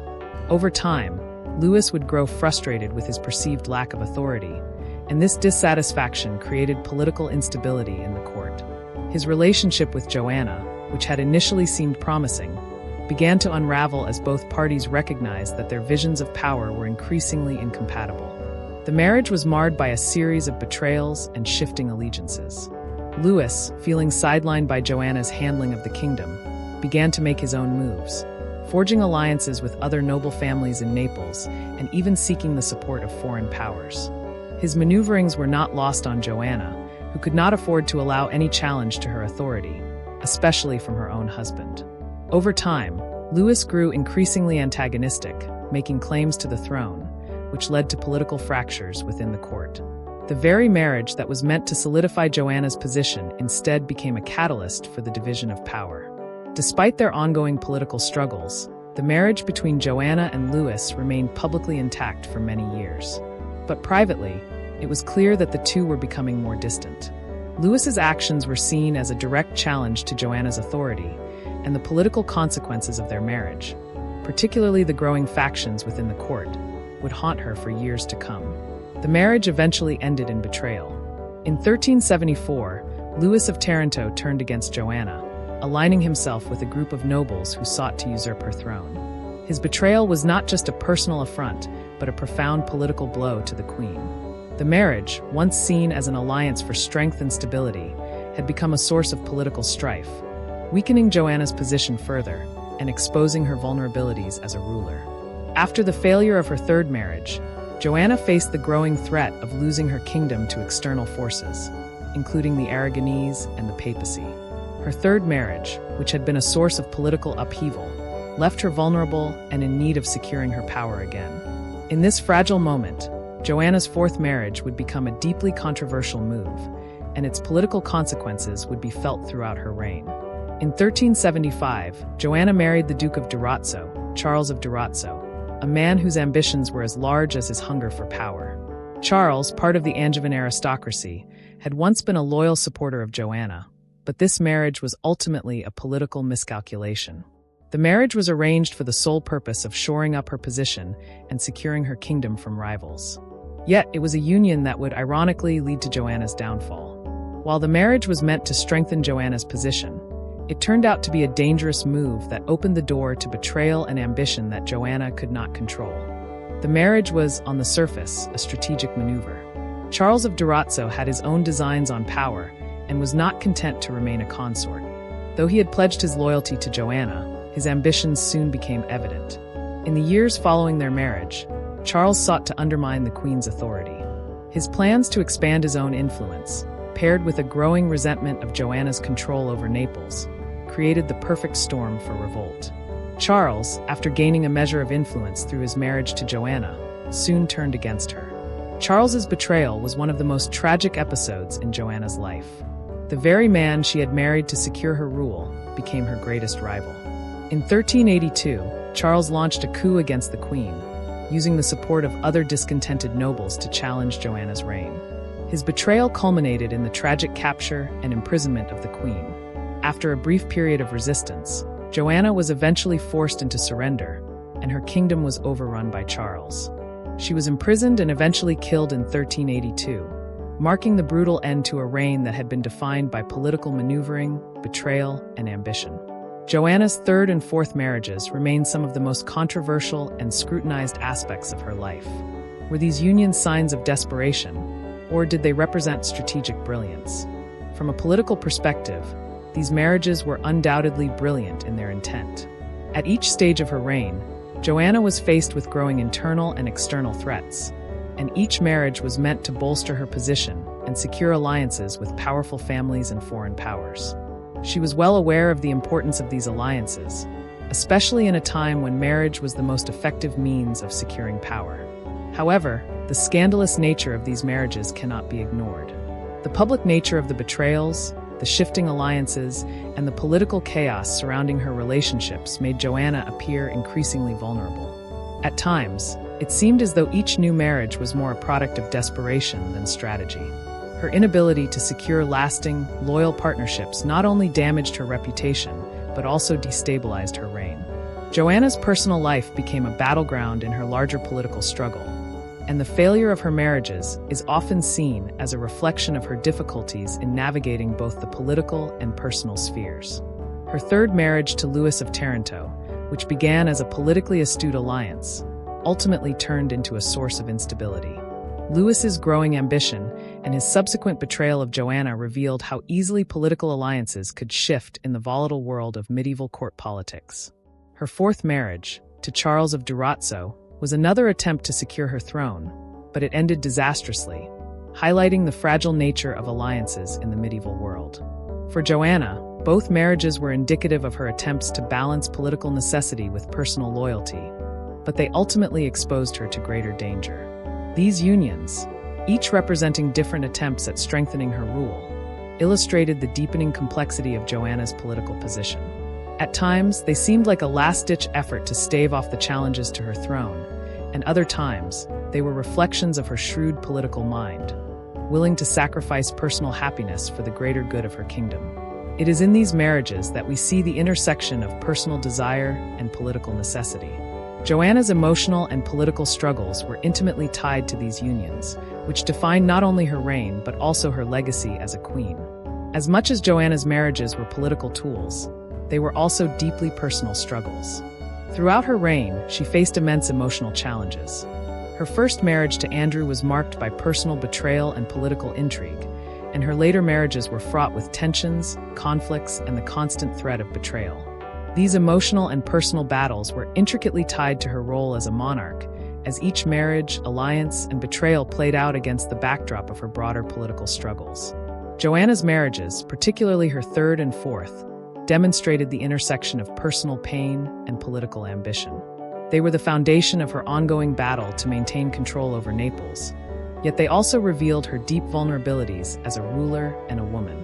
The betrayals she suffered at the hands of those she had trusted most, the very men she had married to protect her rule, highlighted the fragile nature of loyalty in a world driven by power and ambition. Her personal emotions, often hidden behind the political masks of her court, were woven into the fabric of her reign. The pain of betrayal by her husbands, the loneliness of being a queen with few allies, and the immense pressure of having to maintain her kingdom in the face of constant rebellion and foreign threats, all contributed to the complex character of Joanna I. Her emotional struggles were inextricably tied to her political decisions, shaping her reign in ways that history has come to understand as both a tragedy and a testament to her resilience. In the end, the marriages of Joanna I, especially her third and fourth unions, symbolize her constant battle between the personal and the political. They were a reflection of her quest for stability and power, but also a stark reminder of the price she had to pay to secure her kingdom. Through these unions, Joanna's legacy was shaped, marked by both triumph and defeat, love and betrayal. The death of Louis of Taranto, Joanna's third husband, remains one of the most enigmatic and controversial events in the tumultuous history of her reign as Queen of Naples. A figure once destined to help stabilize the kingdom, Louis's demise in 1362 was shrouded in mystery, and the circumstances surrounding his death have been the subject of much speculation. His death, with its intricate web of intrigue and political ramifications, underscores the dangerous political climate that defined Joanna's rule. Was it natural? Was it murder? Or was it a political maneuver in the ongoing battle for control over Naples? The questions surrounding Louis's death serve as a dark reflection of the volatile political atmosphere that Joanna had to navigate, where trust was scarce and alliances shifted with ruthless speed. At the time of Louis's death, the Kingdom of Naples was embroiled in political turmoil.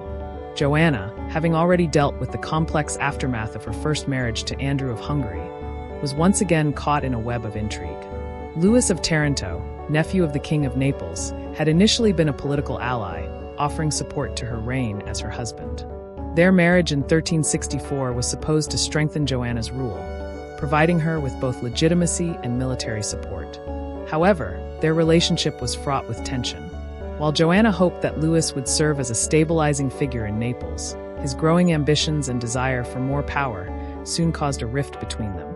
Despite their union, Louis sought greater influence and control over the kingdom, a move that put him at odds with his wife. Louis's political aspirations and ambitions did not sit well with Joanna.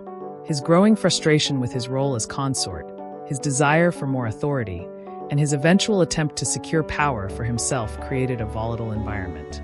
While Joanna was trying to consolidate her rule, she was also increasingly surrounded by those, including her husband, who saw the kingdom as a prize to be seized.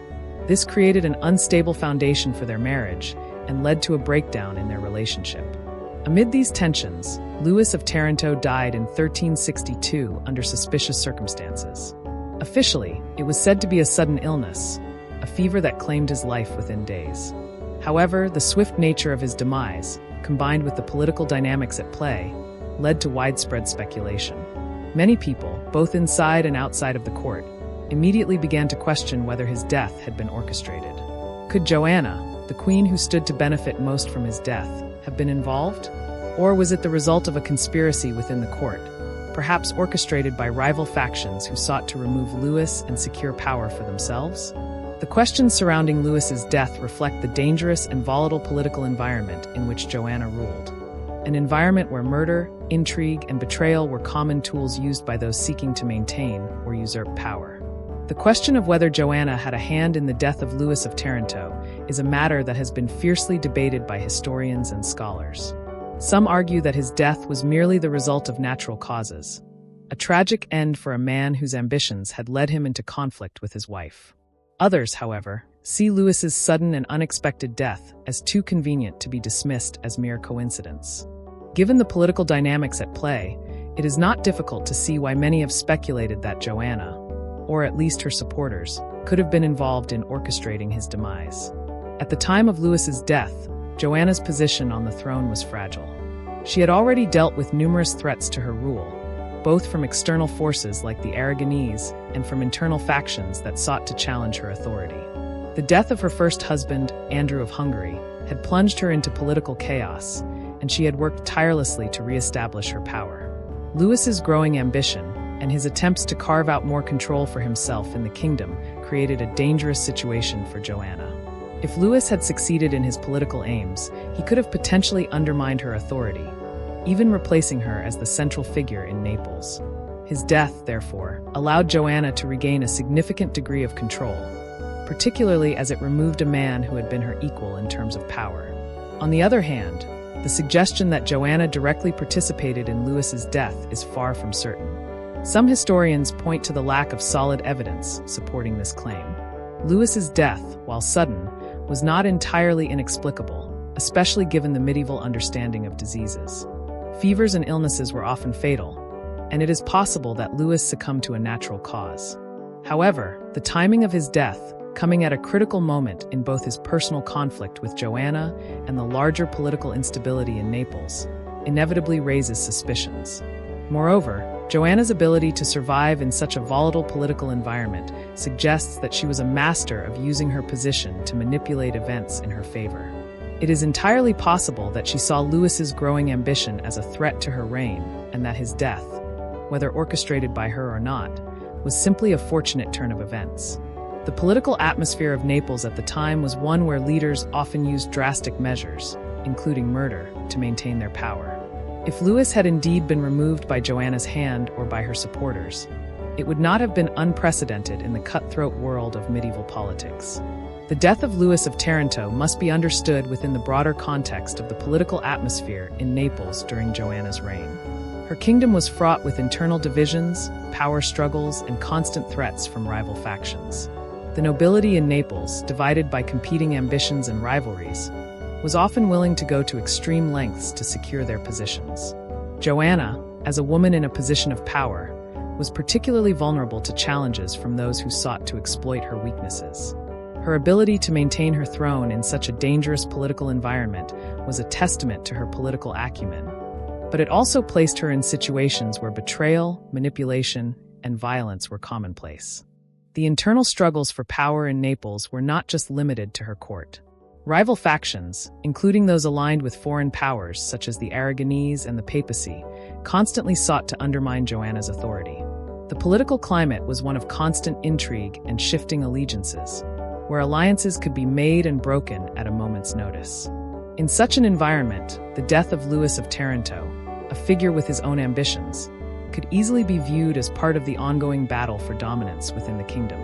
Additionally, the fact that Louis had been an ambitious and often contentious figure within the court only added to the suspicions surrounding his death. As the queen's third husband, Louis had held considerable power and influence, but he was also seen as someone who sought to increase his authority in Naples. His marriage to Joanna had been a political arrangement meant to strengthen her rule, but it also gave him leverage in the kingdom. Louis's growing dissatisfaction with his position and his increasingly assertive moves within the court made him a potential threat to Joanna's power. In a kingdom already teetering on the edge of civil unrest, his death could have been seen as the result of a political struggle that Joanna had to win in order to maintain control. The death of Louis of Taranto had immediate political consequences for Joanna. His passing created a power vacuum that was quickly filled by new alliances and rival factions, vying for control of the kingdom. As Joanna navigated the aftermath of his death, she had to manage the delicate balance between maintaining her power and placating those who might view the sudden death of Louis as evidence of a conspiracy. The political instability following Louis's death created further unrest in Naples, as factions aligned with Louis sought to exact revenge or undermine Joanna's authority. In the years following his death, Joanna's reign continued to be defined by political challenges. While she managed to retain the throne, the loss of Louis, a man who had once been a powerful ally, left her with fewer trusted supporters in a court full of intrigue.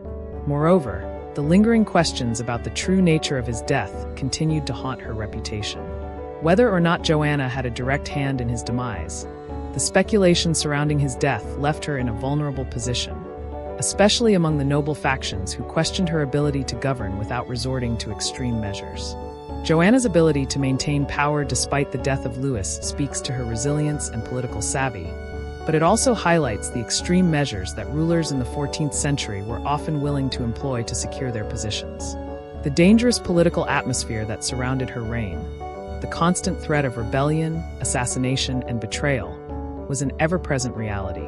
The mystery of Louis of Taranto's death, combined with the ongoing political maneuvering at court, made it clear that Joanna's survival as queen was anything but guaranteed.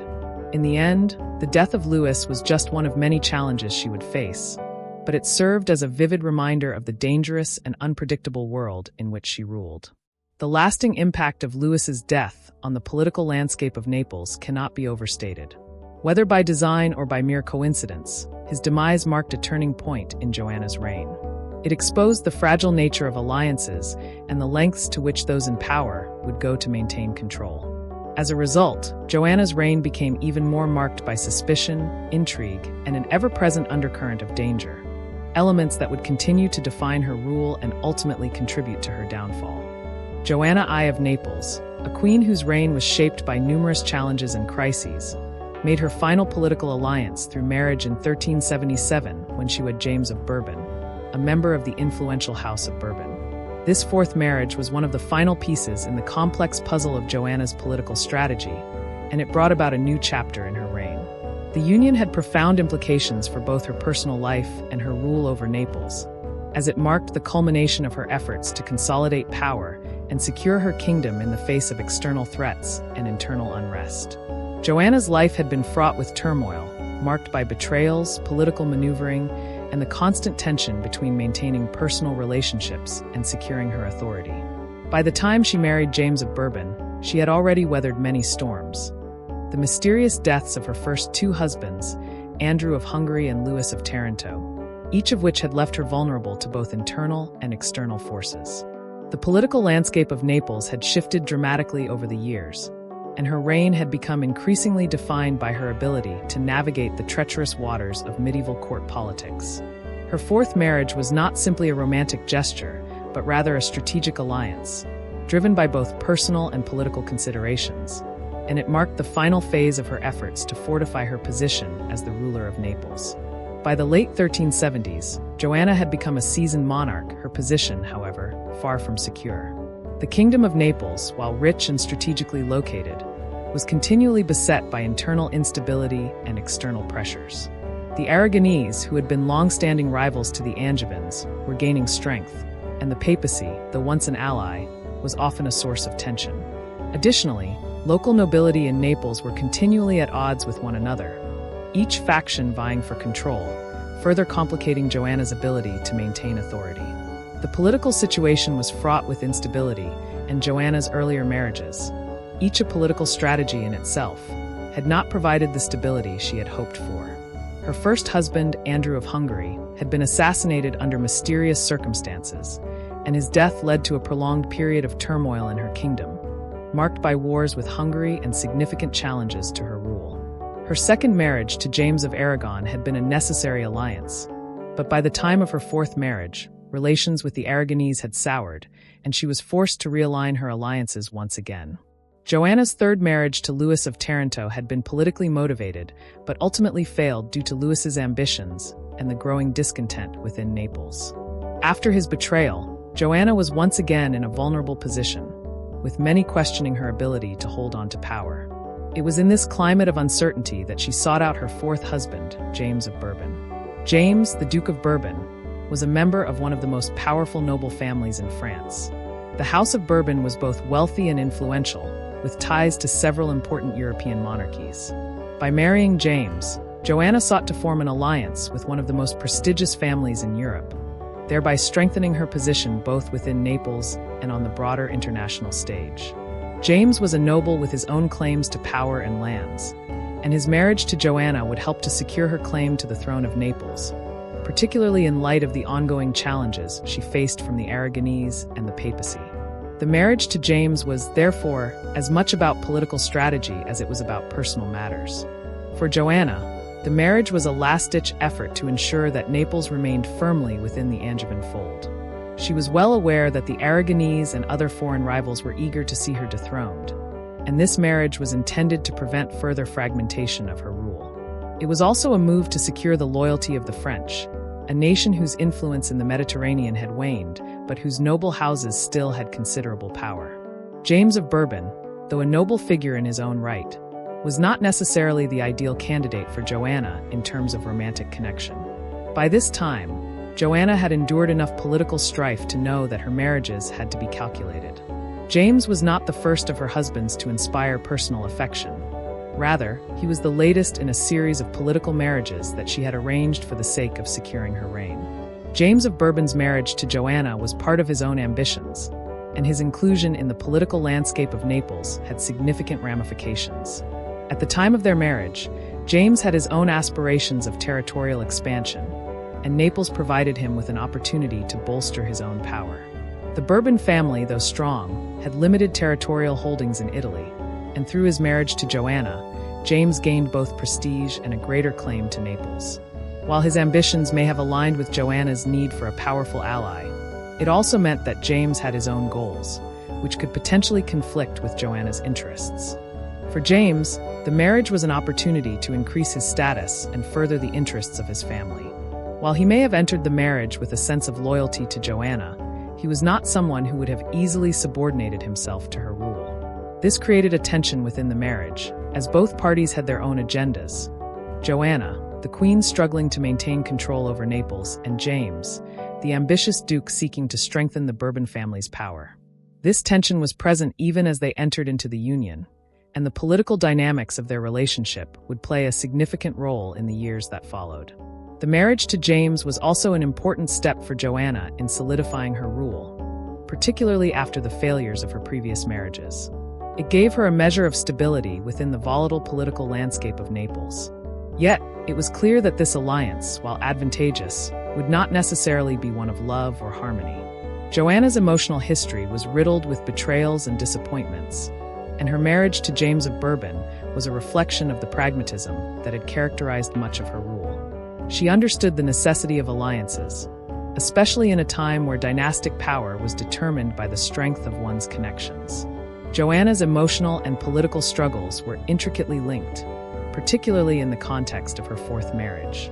Throughout her reign, she had been forced to make difficult decisions that often involved personal sacrifice for political gain. Her previous marriages had each been fraught with intrigue, betrayal, and political maneuvering, and the consequences of these decisions were evident in her relationships with her husbands, the nobility of Naples, and the wider European powers. By the time of her marriage to James of Bourbon, Joanna had become accustomed to the pressures of ruling and navigating the complex political environment of her time. She had seen both the benefits and the dangers of political alliances, having been betrayed by previous husbands who had sought more power, and she understood that maintaining the throne required more than just military force. It required shrewd diplomacy and the ability to manage a vast web of alliances and rivalries. Despite the political advantages that came with her marriage to James, the emotional toll of her decisions was undeniable. Each marriage had been a negotiation of power, and while Joanna remained the queen, her personal life had often been sacrificed for the sake of political expediency. The loss of affection, the betrayals by those closest to her, and the constant suspicion and intrigue at court weighed heavily on her.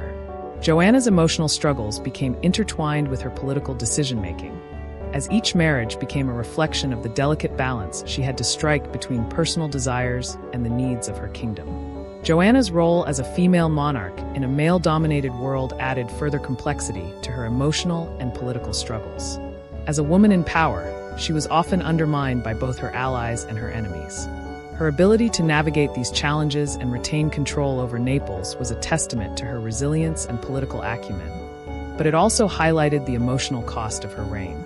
She had to make difficult choices that often left her isolated and distrustful, with few who could understand the personal sacrifices she had made in service of her kingdom. The years following Joanna's marriage to James of Bourbon were a time of reflection and consolidation of her power. She had weathered the storms of political instability, and her final marriage represented the culmination of her long-standing efforts to solidify her rule over Naples. However, despite the political advantages that came with the alliance, Joanna's reign continued to be marked by the same tensions and challenges that had defined much of her time on the throne. The political strategies that Joanna employed in her final years were not solely about securing her personal legacy, but also about securing Naples' place in the complex European power structure. The Bourbon marriage, along with her alliances with other European powers, was designed to ensure the stability of Naples in the face of growing threats from the Aragonese and other rival factions. While her kingdom was secure, it was clear that Joanna had few true allies, and her reign was constantly threatened by the shifting political tides of Italy and Europe. Joanna's fourth marriage, while marking the final phase of her political strategies, also brought to light the ongoing personal sacrifices she had made for the sake of her throne. The political maneuvering that characterized her reign left little room for genuine personal connections, and her final years as queen were defined by the same pragmatic approach to governance that had been her hallmark throughout her rule. In the end, Joanna's ability to navigate the complexities of both personal and political life ensured that she remained in power, but it also reinforced the tragic nature of her reign, one marked by the tension between political necessity and personal loss. Joanna's fourth marriage to James of Bourbon, like her previous unions, was a politically calculated decision that reinforced her grip on power. The alliance with the Bourbon family, though advantageous, was also fraught with personal and political tension. As her reign progressed, Joanna's ability to navigate the political intricacies of medieval court life became both a strength and a burden, with her marriages serving as critical tools in her efforts to maintain control.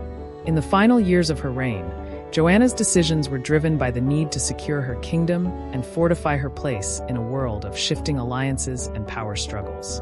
Her marriages were a testament to her resilience and political brilliance, but they were also a reflection of the deep emotional costs of ruling as a female monarch in a turbulent and unforgiving political landscape.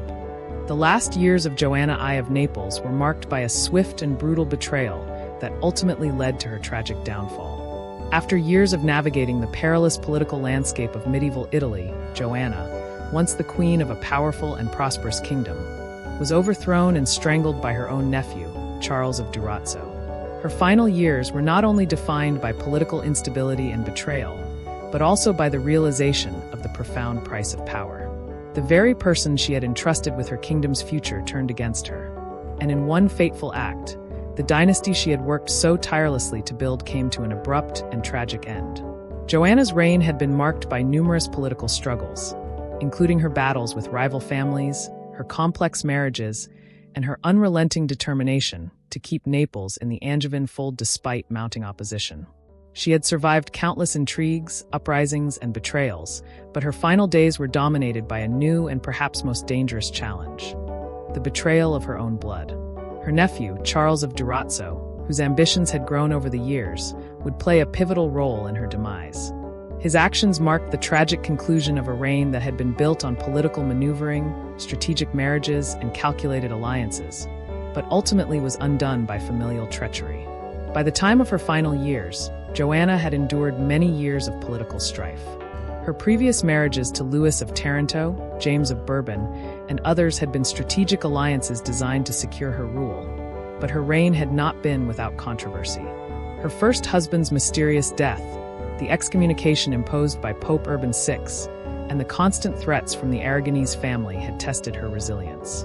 The kingdom was in a state of constant flux, with rival factions often threatening her power. Despite all of these challenges, she had managed to maintain control through a combination of political cunning, manipulation, and diplomacy. However, in the final years of her reign, the political balance in Naples began to shift against her. The once loyal nobles, whose support she had relied on for years, began to turn against her, seeking more power for themselves. Charles of Durazzo, whom she had trusted and had even granted significant influence within the kingdom, grew increasingly ambitious. His ambitions were not just for power, but for the throne itself. His loyalty to his aunt began to wane, and he saw in her weakening position an opportunity to claim the crown of Naples for himself. At the same time, Joanna's ability to maintain alliances and secure the support of powerful factions weakened. Her relationships with the papacy, which had been strained for years, had become even more tenuous. The papacy had long been an ally of the Angevin family, but Pope Urban VI's excommunication of Joanna had led to deep divisions between her and the Church. The internal divisions in her court, fueled by the growing discontent of the nobility, only worsened as her health began to fail. While she had survived previous challenges, the growing power of Charles of Durazzo and the shifting alliances in Naples made it clear that her grip on power was slipping. Charles of Durazzo's betrayal was not an overnight decision, but a culmination of his growing discontent with his aunt's rule and his own ambitions. The betrayal began to take form in 1378, when Charles, who had been an important member of the Angevin court, began to align himself with other noble families who were dissatisfied with Joanna's leadership.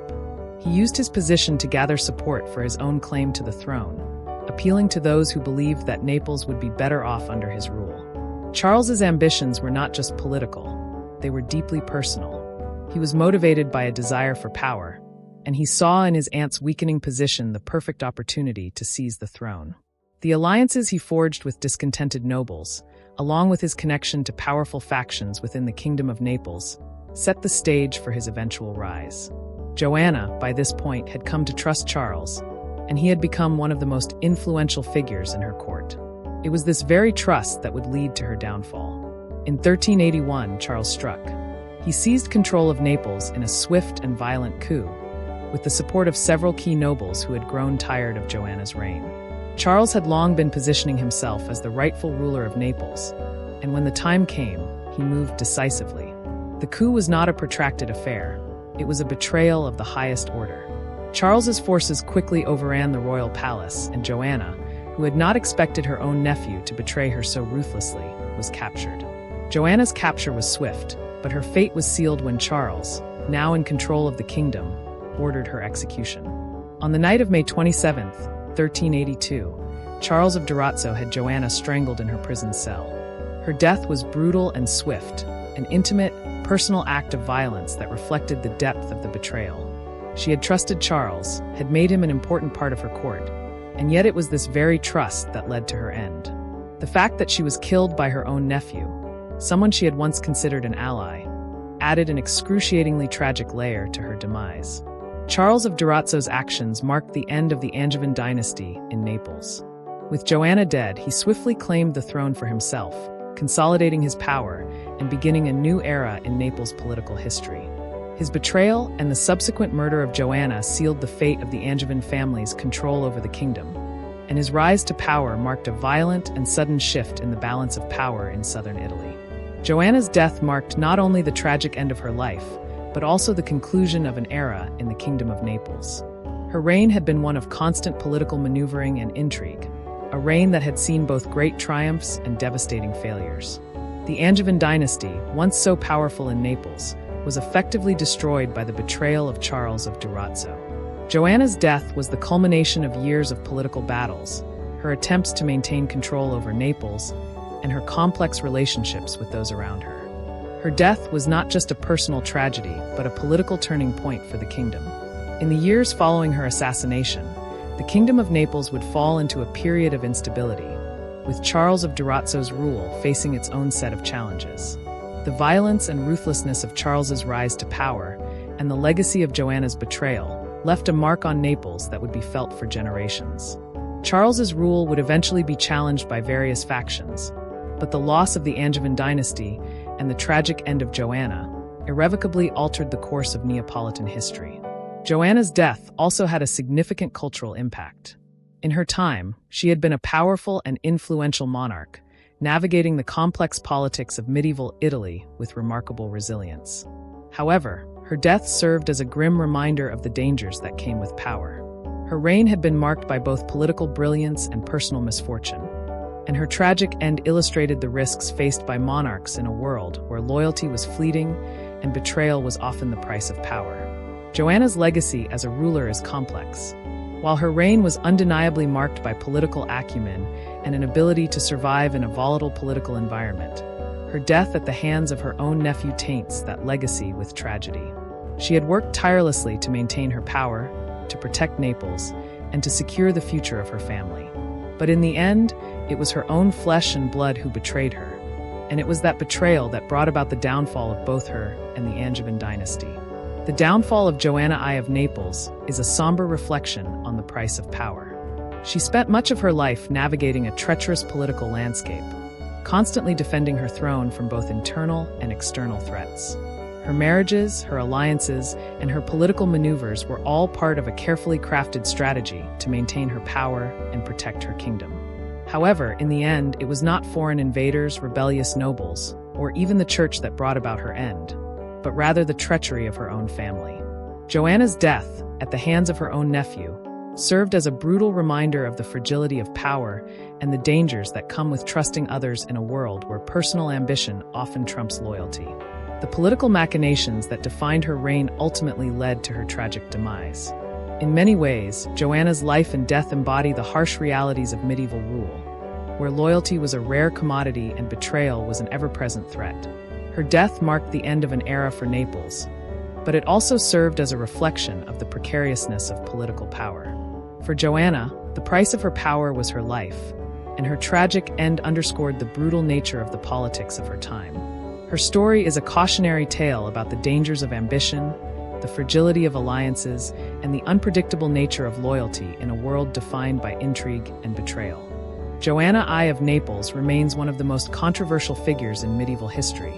Her legacy is subject of intense debate. In the centuries since her death, she has been regarded by some as a feminist trailblazer, a powerful queen who defied the conventions of her time and carved a path for future women rulers. Yet, she has also been portrayed by others as a cold-blooded tyrant, whose ambition and ruthlessness were matched only by her willingness to betray those closest to her. This duality, her image as both a feminist icon and a ruthless ruler, reflects the complexity of her reign and the intricate ways in which history has interpreted her actions. As a ruler in a time when women were often relegated to passive roles, Joanna's ability to hold power in the face of overwhelming odds was a remarkable achievement. Her story has inspired many who see her as a pioneering woman in a male-dominated world, challenging norms and asserting authority in a way few women of her time could. At the same time, her political maneuvering, her controversial marriages, and the violence that surrounded her reign have led some historians to view her as a figure whose thirst for power led her to commit acts of treachery and manipulation. Today, Joanna's legacy is divided, with some viewing her as a feminist trailblazer and others condemning her as a monarch who wielded power with a cold, calculating hand. Joanna's reign as Queen of Naples places her in a unique position in history. At a time when women were generally excluded from the political sphere, she rose to power and ruled a kingdom for nearly 30 years. The 14th century was a time when female rulers were exceptions rather than the norm, and many women who did rule were often either relegated to ceremonial roles or ruled only in a regency for their male heirs. Joanna, however, broke with this tradition by assuming full control of her kingdom, navigating the political landscape with remarkable shrewdness.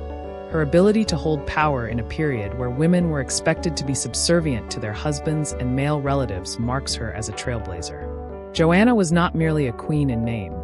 She was actively involved in military strategy, diplomatic negotiations, and the governance of Naples. Her reign was defined by a series of strategic marriages, political alliances, and decisive actions that ensured the survival of her kingdom despite constant threats from both within and beyond her borders. Many modern interpretations of her life highlight her role as a woman who took charge in a world that sought to limit her agency. Joanna's marriage to Louis of Taranto, her third husband, for example, was not a union based solely on affection, but rather a political strategy to bolster her control over Naples. Her subsequent alliances with the papacy, the Aragonese, and other powerful factions further demonstrated her keen political mind. In a time when the power of monarchs was often seen as directly tied to their male heirs or husbands, Joanna's ability to rule independently and assert her authority was unprecedented. She was a monarch who wielded her power in a world where women were frequently seen as incapable of ruling in their own right. Joanna's reign also symbolized the possibility of female sovereignty in an era when women were often confined to the background of political life. Her story, particularly in feminist discourse, is often viewed as one of empowerment. She represents the idea that women could, and did, carve out a space for themselves in the world of medieval politics, proving that gender did not necessarily preclude the exercise of power. Today, historians, especially those looking to find female role models in history, see in her a queen who defied the expectations of her time, asserting her authority as a leader rather than merely fulfilling a traditional consort role. Her ability to survive numerous challenges, including the deaths of her first and second husbands, her excommunication by the papacy, and the betrayal of trusted allies, marks her as a monarch with extraordinary resilience. The fact that she was able to hold on to her crown and influence for so many years, despite being surrounded by rivals and conspiracies, is often viewed as evidence of her strength as a leader. In this light, Joanna's story is one of a powerful woman who not only survived but thrived in a world that had little place for women at the top of the political hierarchy. While Joanna's legacy is celebrated by some as a beacon of female power, it is also marred by her ruthless approach to maintaining that power. Her reign was filled with political maneuvering, betrayals, and an unrelenting pursuit of control. Joanna's ability to survive and thrive in the cutthroat world of medieval politics was undoubtedly a mark of her strategic brilliance. However, her methods of securing and maintaining power have led others to view her as a tyrant, willing to use any means necessary to achieve her goals. The murder of her first husband, Andrew of Hungary, remains one of the most controversial aspects of her legacy. While the exact circumstances of Andrew's death are still debated, the fact that Joanna benefited from his untimely demise has led many to speculate about her involvement. Whether or not Joanna had a direct hand in his murder, her rise to power in the wake of his death raises uncomfortable questions about the lengths she was willing to go to secure her position. The idea that a monarch could, and perhaps did, orchestrate the death of her own spouse for political gain was not lost on contemporaries and has haunted her legacy ever since. Similarly, her marriage to Louis of Taranto, which began as a political alliance, ended in betrayal, with Louis turning against her. Joanna's own actions during their marriage, manipulating alliances, using their shared power for personal gain, and ultimately having him betrayed, demonstrate her willingness to sacrifice loyalty for political survival. This pattern of using those closest to her as pawns in her game of power continued throughout her reign. Her fourth marriage to James of Bourbon also carried political motivations, yet it became another chapter in her series of politically charged, rather than affection-based relationships. The manner of her own death, strangled in her prison cell by her nephew, Charles of Durazzo, serves as a tragic end to her reign and underscores the dangerous political atmosphere she fostered. Her own nephew, whom she had placed in a position of power, ultimately betrayed her, contributing to her assassination. This final act of treachery served as a testament to the extreme political machinations that defined her rule. It also highlighted the bitter price of power. The very person she trusted most in the world, her own family, turned against her. Joanna's reign, marked by ruthless political tactics and cold-blooded decisions, leaves a complex legacy. While she demonstrated extraordinary political skill and resilience, her actions suggest that her desire for power was unrelenting, and she was willing to use betrayal and manipulation to keep it. To some, her cruelty, particularly towards those who betrayed her or challenged her authority, has overshadowed her achievements, painting her as a tyrant whose rule was marked by an absence of compassion and loyalty. The legacy of Joanna I of Naples is characterized by a fundamental contradiction. To some, she is a feminist icon, an early symbol of female empowerment who defied the societal norms of her time to become a successful ruler. To others, she is a ruthless tyrant who sacrificed those closest to her in the pursuit of power. This stark contrast in interpretation arises from the dual nature of her reign, where political brilliance and personal ambition collided with the cruelty required to maintain control. Joanna's story as a feminist trailblazer is often celebrated in academic circles and feminist discourse. She was a woman who wielded political power with the same force and intellect as any of her male counterparts, navigating a treacherous political landscape to hold onto her throne. For those who view her as a pioneer, her legacy represents the potential for women to assume positions of power and authority in a world that relegated them to the background. On the other hand, the dark side of her reign, her political maneuvers, the deaths of her husbands, and her ultimate betrayal by her nephew, paints a picture of a ruler who was willing to use any means necessary to preserve her power. For those who see her as a cold-blooded ruler, her accomplishments are overshadowed by the personal cost of her ambition. The alliances she forged were often shaky and self-serving, and her rule was characterized by the constant tension between survival and betrayal. The contradictions in her legacy are what make her such a fascinating historical figure. She embodies the complexity of medieval politics, where loyalty was often fleeting and power was not given but taken. Her reign represents the fragile line between political genius and tyranny, and her life is a reminder of the difficult choices rulers had to make to maintain power. Joanna I's legacy is a somber reflection on the price of power. She rose to prominence in a male-dominated world and ruled a kingdom with remarkable skill and resilience. But her path to power was fraught with betrayal, political maneuvering, and the willingness to sacrifice those closest to her. Her tragic end, murdered by the very family member she had trusted most, serves as a reminder that power, especially in the medieval world, comes at a steep cost. In the final analysis, Joanna's legacy cannot be reduced to one single narrative. She was both a trailblazer and a tyrant, a queen who defied the odds to become one of the most powerful rulers of her time, while also using cruelty and manipulation to secure her reign. Whether viewed as a feminist icon or a ruthless ruler, her story remains one of the most complex and debated in history, and her reign continues to be studied as a reflection of the high cost of power in a world defined by political intrigue and betrayal. The history of Joanna I of Naples, like many women in power throughout history, has often been shaped by the perspectives and biases of male historians. As a woman who ruled in a deeply patriarchal society, Joanna's actions were frequently interpreted and filtered through the lens of male-dominated historical narratives, which often minimized her agency, vilified her for asserting power, and reduced her to a mere symbol of scandal. The way she has been portrayed in the annals of history offers a critique of the broader problem of how women have been historically represented, often as passive figures, defined by their relationships with men or their deviations from expected feminine norms, rather than as fully autonomous political agents. Joanna's story, which is filled with political intrigue, betrayal, and ambition, has been consistently analyzed and interpreted through male perspectives. The framing of her actions, particularly her marriages, her relationships with male figures in her life, and her ability to hold power in a world that severely limited women's agency, reflects a deep-seated tendency to diminish the significance of women's accomplishments.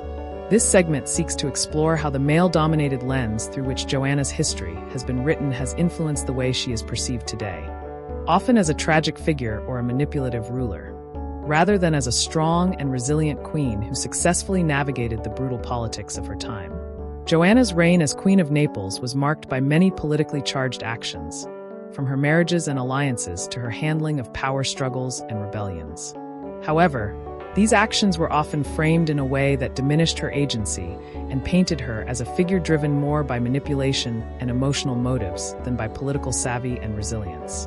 Male historians, for centuries, have tended to view Joanna's assertive actions through a critical and gendered lens, often interpreting her strategic marriages and political maneuvers as signs of weakness or personal failure, rather than as the calculated political decisions they were. One of the most significant ways in which male historians have minimized Joanna's agency is in the interpretation of her marriages.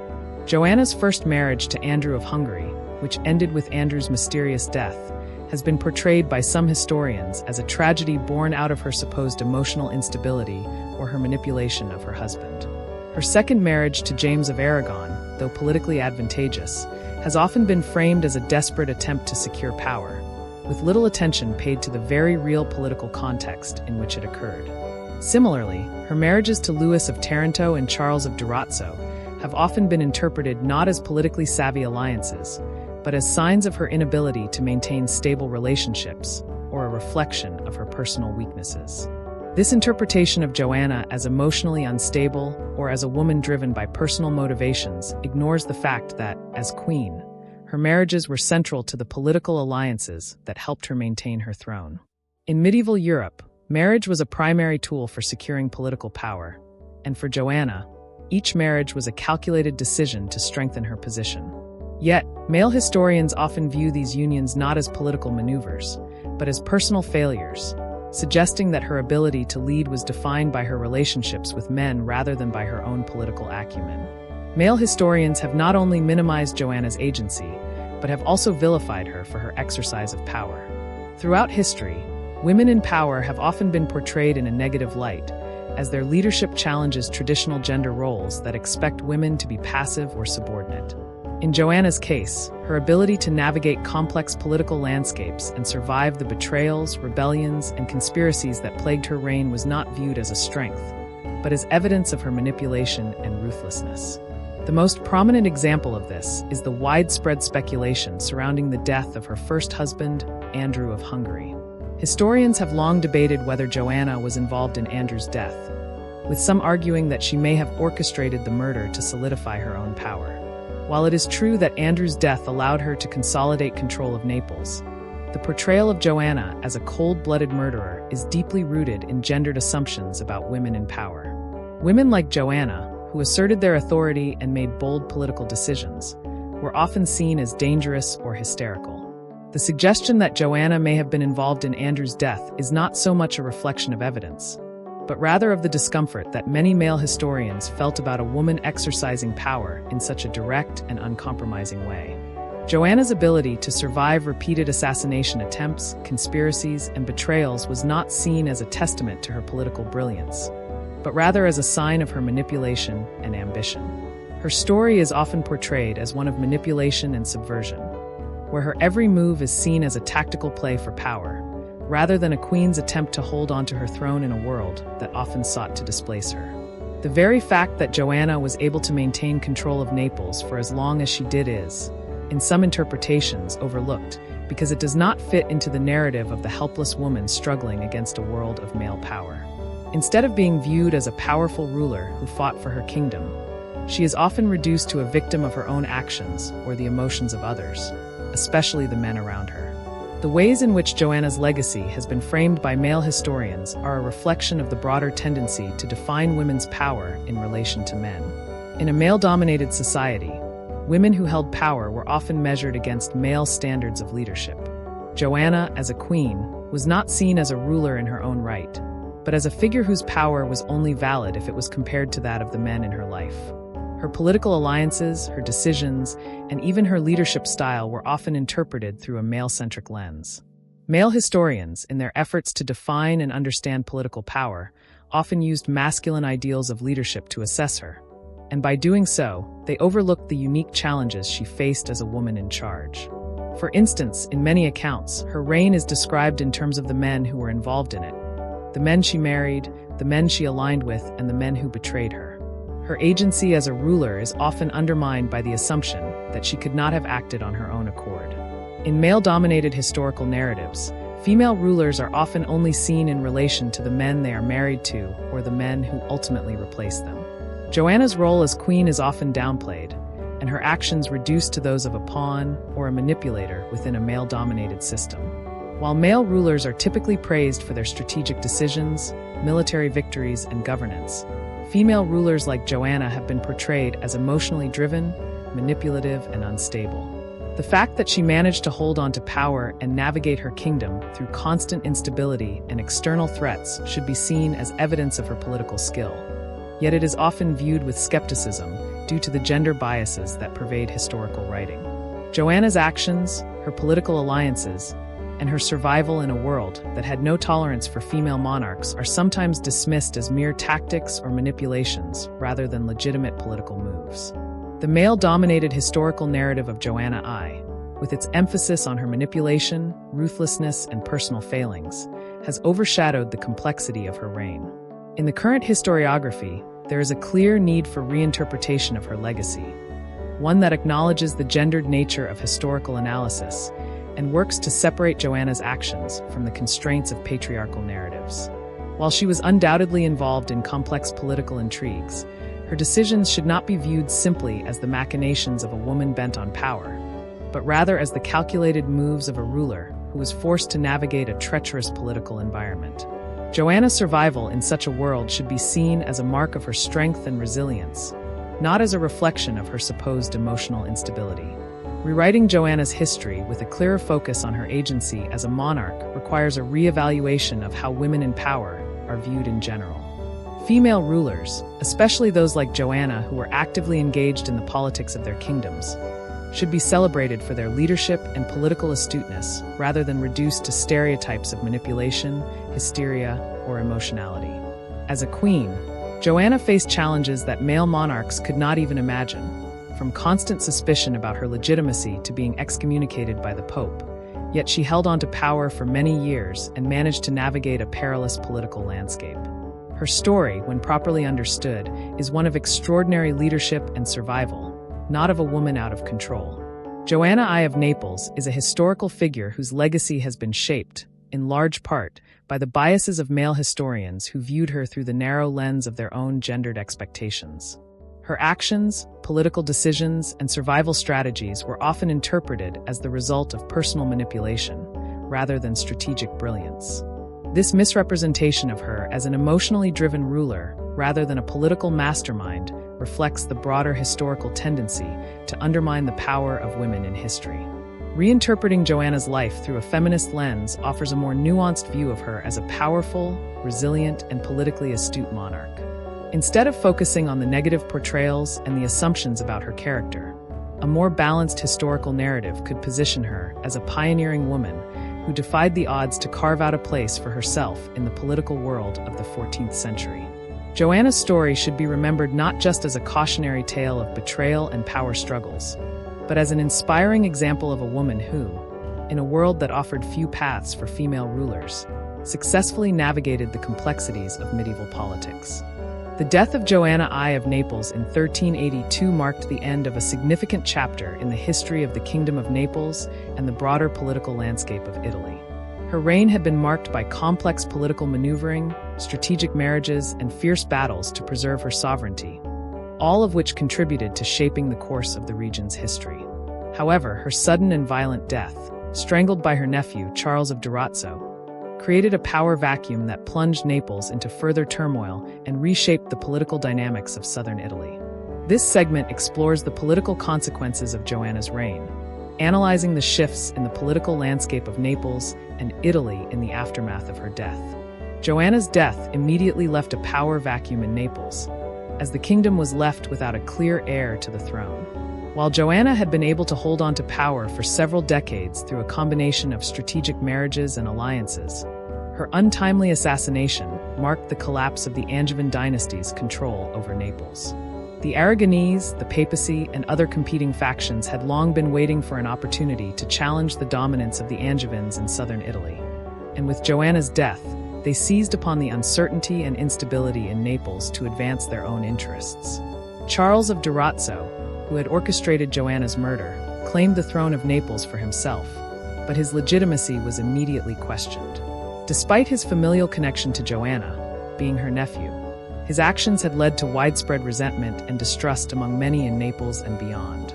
His rise to power, though swift, was marked by the same political instability that characterized Joanna's final years on the throne.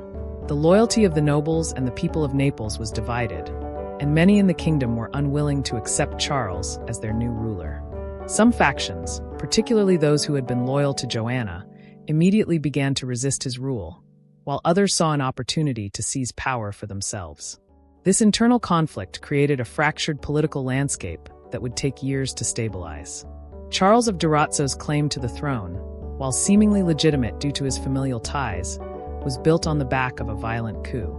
This gave rise to widespread opposition, both from Naples' nobility and from external forces. As tensions mounted, the power vacuum created by Joanna's death fueled the instability of the region, and competing factions scrambled to assert control over the throne. While Charles may have successfully claimed the crown for a time, his reign would ultimately prove unstable and short-lived, with further uprisings and challenges to his rule. His violent ascension to power left a scar on the kingdom's political psyche, and the legacy of his betrayal would continue to shape Naples for years to come. Joanna's death did not just affect Naples. It had profound consequences for the political landscape of Italy as a whole. The Kingdom of Naples, once a powerful Angevin stronghold, found itself increasingly isolated from the rest of Italy. The Aragonese, long rivals of the Angevins, seized upon the opportunity to extend their influence in the region. The papacy, too, played a crucial role in the shifting political dynamics of the time. As the power of the Angevins waned, both the Aragonese and the papacy sought to exert control over Naples, each in its own way. The Aragonese, particularly King Ferdinand I of Aragon, quickly set their sights on Naples as part of a larger strategy to expand their territorial holdings in the Mediterranean. The death of Joanna was seen as an opportunity to install a pro-Aragonese ruler in Naples, which would help strengthen their position in Italy and the broader Mediterranean world. Charles of Durazzo's violent rise to power, however, made the situation even more complicated. While the Aragonese were eager to exert influence over Naples, they were also concerned about the stability of the region under Charles's rule. This prompted the Aragonese to send forces to Naples in 1386, with the intention of undermining Charles of Durazzo and eventually placing their own candidate on the throne. The papacy, too, had an interest in the future of Naples. While the Church had historically been a strong ally of the Angevin dynasty, the relationship between the papacy and Joanna had been fraught, particularly after her excommunication by Pope Urban VI. Following her death, the papacy sought to reassert its influence in Naples and to place a more sympathetic ruler on the throne. As the political vacuum deepened, the papacy saw an opportunity to position itself as the arbiter of Naples' future, using its religious and political power to shape the direction of the kingdom. In the wake of Joanna's assassination, the political maneuvering in Naples and the surrounding Italian territories escalated. The struggle for control over Naples became part of a larger struggle for dominance in Italy. At the time, Italy was a patchwork of powerful city-states, kingdoms, and papal territories, each competing for influence. The death of Joanna created a moment of instability that invited foreign powers, particularly the Aragonese and the papacy, to engage in a power struggle for control over Naples. In the years following Joanna's death, the Aragonese launched a concerted campaign to assert their control over Naples. The Aragonese had long viewed Naples as a key prize in their efforts to consolidate their power in the Mediterranean, and with Joanna's death, they saw an opportunity to achieve that goal. The Aragonese army, supported by mercenaries and local allies, began to march on Naples, seeking to overthrow Charles of Durazzo and install a ruler sympathetic to their cause. The Aragonese faced resistance from various factions within Naples, particularly from those who had been loyal to Joanna and the Angevin dynasty. Many in Naples viewed Charles of Durazzo as a usurper, and they resisted his rule. However, Charles's control over the city was tenuous at best, and the Aragonese forces, bolstered by the support of key noble families, were able to slowly chip away at his power. Charles, despite his initial success in claiming the throne, faced constant uprisings and military challenges, and his reign quickly became characterized by instability. In 1386, the Aragonese forces, led by the ambitious Ferdinand I of Aragon, succeeded in taking control of Naples. Charles of Durazzo, now a ruler with little support, was eventually captured and killed. The Aragonese, now in control of the kingdom, installed their own candidate on the throne, marking the end of the Angevin dynasty's rule over Naples. Ferdinand I's conquest of Naples was a pivotal moment in Italian history, as it established the Aragonese as a dominant force in the region and shifted the balance of power in southern Italy. Joanna's death and the subsequent overthrow of Charles of Durazzo marked the definitive end of the Angevin dynasty's rule over Naples. The Angevins, once one of the most powerful dynasties in Europe, were replaced by the Aragonese, who would rule Naples for the next century. The transition of power was neither smooth nor uncontested, as various factions within Naples and Italy vied for control. Yet the ultimate outcome of the power struggle was clear. The Angevins, with their ties to France and their historical rivalry with the Aragonese, were defeated. Naples, under Joanna's leadership, had been a major power in southern Italy, but her death and the subsequent political upheaval led to the kingdom's gradual decline as a dominant force in the Mediterranean. The fall of the Angevin dynasty in Naples also marked a broader shift in the political structure of Italy. The rise of the Aragonese in Naples was part of a larger trend in Italy during the late 14th and early 15th centuries, as regional powers like the papacy, the Milanese, and the Florentines jostled for control. The period following Joanna's death was one of significant political fragmentation, as Italy remained a patchwork of rival states, each vying for dominance. The struggle for control of Naples, once a key player in Italian politics, reflected the broader dynamics of Italian politics in the late medieval period. Joanna's death and the subsequent political instability in Naples had far-reaching consequences for both the kingdom and the wider Italian political landscape. Her reign, though marked by political brilliance and resilience, was also one of constant unrest and rebellion. Her final years, which were defined by the betrayal of her nephew and her violent death, illustrated the fragility of power in the medieval world, especially for women in positions of authority. The fall of the Angevin dynasty was not simply the end of a royal family, but the end of an era in Naples, and the rise of the Aragonese marked a significant shift in the political history of southern Italy. In the years following her death, Naples was absorbed into the broader political and dynastic struggles of Italy. The Aragonese, having secured control of Naples, would go on to dominate the region, but their rule was not without challenges. The memory of Joanna and her reign remained a topic of discussion, both in Naples and throughout Italy, as her legacy as a powerful, controversial monarch continued to resonate. For some, Joanna remained a symbol of female power and resilience, while for others, her death and the political turmoil she left behind served as a warning about the dangers of unchecked ambition. Joanna's reign and her death underscore the precariousness of power in medieval Italy. Her ability to survive for so long in such a volatile political environment is a testament to her political acumen, but her violent death and the aftermath of her reign highlight the intense rivalries and betrayals that characterized the politics of the time. The political consequences of her death were profound, reshaping the balance of power in Naples and Italy for generations to come. Joanna I of Naples, a queen who reigned in the 14th century, has emerged in modern historical discourse as a complex and often misunderstood figure, whose life and reign are now being reinterpreted through a feminist lens. Once viewed primarily as a controversial and politically ruthless monarch, Joanna's legacy is increasingly recognized as that of an early feminist icon. Her story, though filled with intrigue and tragedy, is also one of female power in a world where such power was almost exclusively reserved for men. Joanna's life exemplifies how a woman, constrained by the social and political norms of her time, could still rise to prominence, assert her authority, and navigate the harshest of political environments with remarkable resilience. Joanna's place in history has often been framed by male-centric narratives that emphasized her personal relationships, especially her marriages, her supposed emotional instability, and her political machinations. Yet, as feminist historiography has developed, more and more scholars are coming to view Joanna as a trailblazer, a woman who not only survived in a male-dominated world, but thrived in it, defying gender expectations and making her mark as one of the most powerful rulers of her time. This modern reinterpretation of her life positions her as a symbol of female agency, a woman who fought not just to secure her throne, but to maintain power against the numerous challenges that faced her reign. Joanna's rise to power was, by any measure, an extraordinary achievement. Born into the Angevin dynasty, she ascended to the throne of Naples in 1343, following the death of her grandfather, King Robert of Naples, who had established the family as a significant force in Italy. As a young queen, Joanna faced a world where women were rarely seen as legitimate rulers. Most women of her time were expected to be passive figures, either in the domestic sphere or in a regency for their male heirs.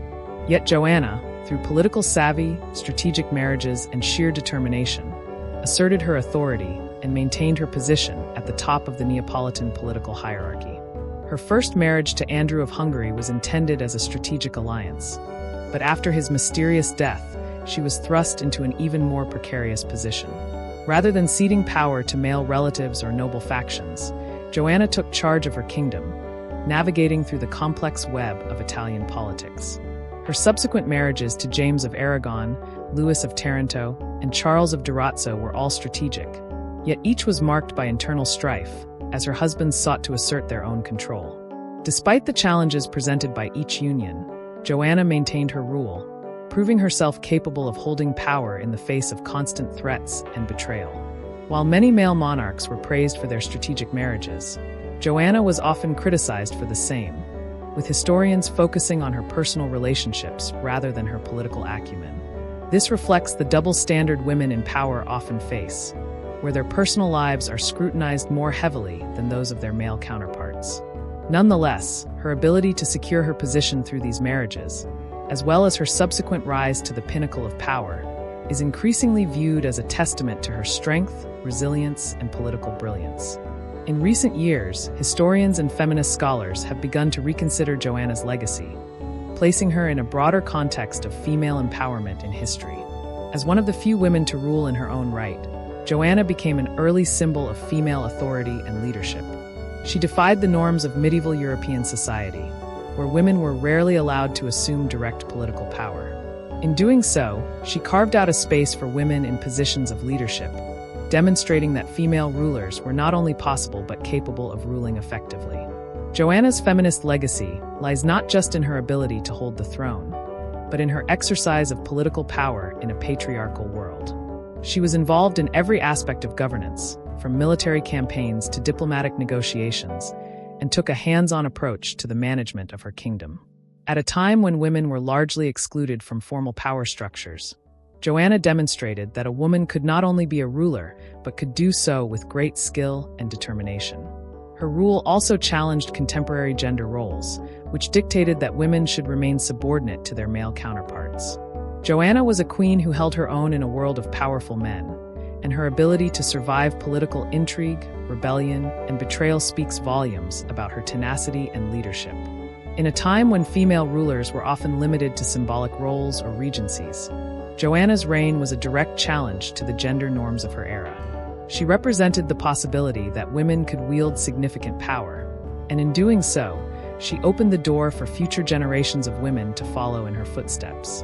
The feminist reinterpretation of Joanna's legacy highlights her ability to break free from the traditional roles that women were expected to occupy. While her story is often fraught with political manipulation and controversy, it is also one of perseverance and empowerment. For modern feminists, Joanna represents the idea that women, even in the most oppressive of political systems, can assert their agency and claim their rightful place in the world of power. Despite her achievements, Joanna's reign was not without its critics. Historically, she has often been portrayed as a ruthless and manipulative monarch, with many focusing on the more controversial aspects of her reign. The mysterious death of her first husband, Andrew of Hungary, has been a particular point of contention, with some suggesting that she was involved in his murder to secure her power. Such portrayals have cast a shadow over her legacy, as historians have often focused more on her actions as a queen securing her throne rather than on the political context in which she operated. These interpretations reflect the broader tendency in history to portray women in power as either tyrants or victims. Women who rise to positions of authority are often judged more harshly than their male counterparts, and their actions are more likely to be attributed to emotional instability, manipulation, or a desire for personal gain. Male rulers, on the other hand, are often praised for their political savvy, even if they engage in similar actions. This gendered double standard has been a persistent feature of historical analysis, and Joanna's reign is a prime example of how female rulers are often judged more critically than their male peers. However, as feminist scholarship has gained prominence in recent decades, there has been a shift in how women in history are viewed. Instead of focusing solely on the controversial aspects of Joanna's reign, modern historians are increasingly recognizing her as a strong, capable, and strategic ruler.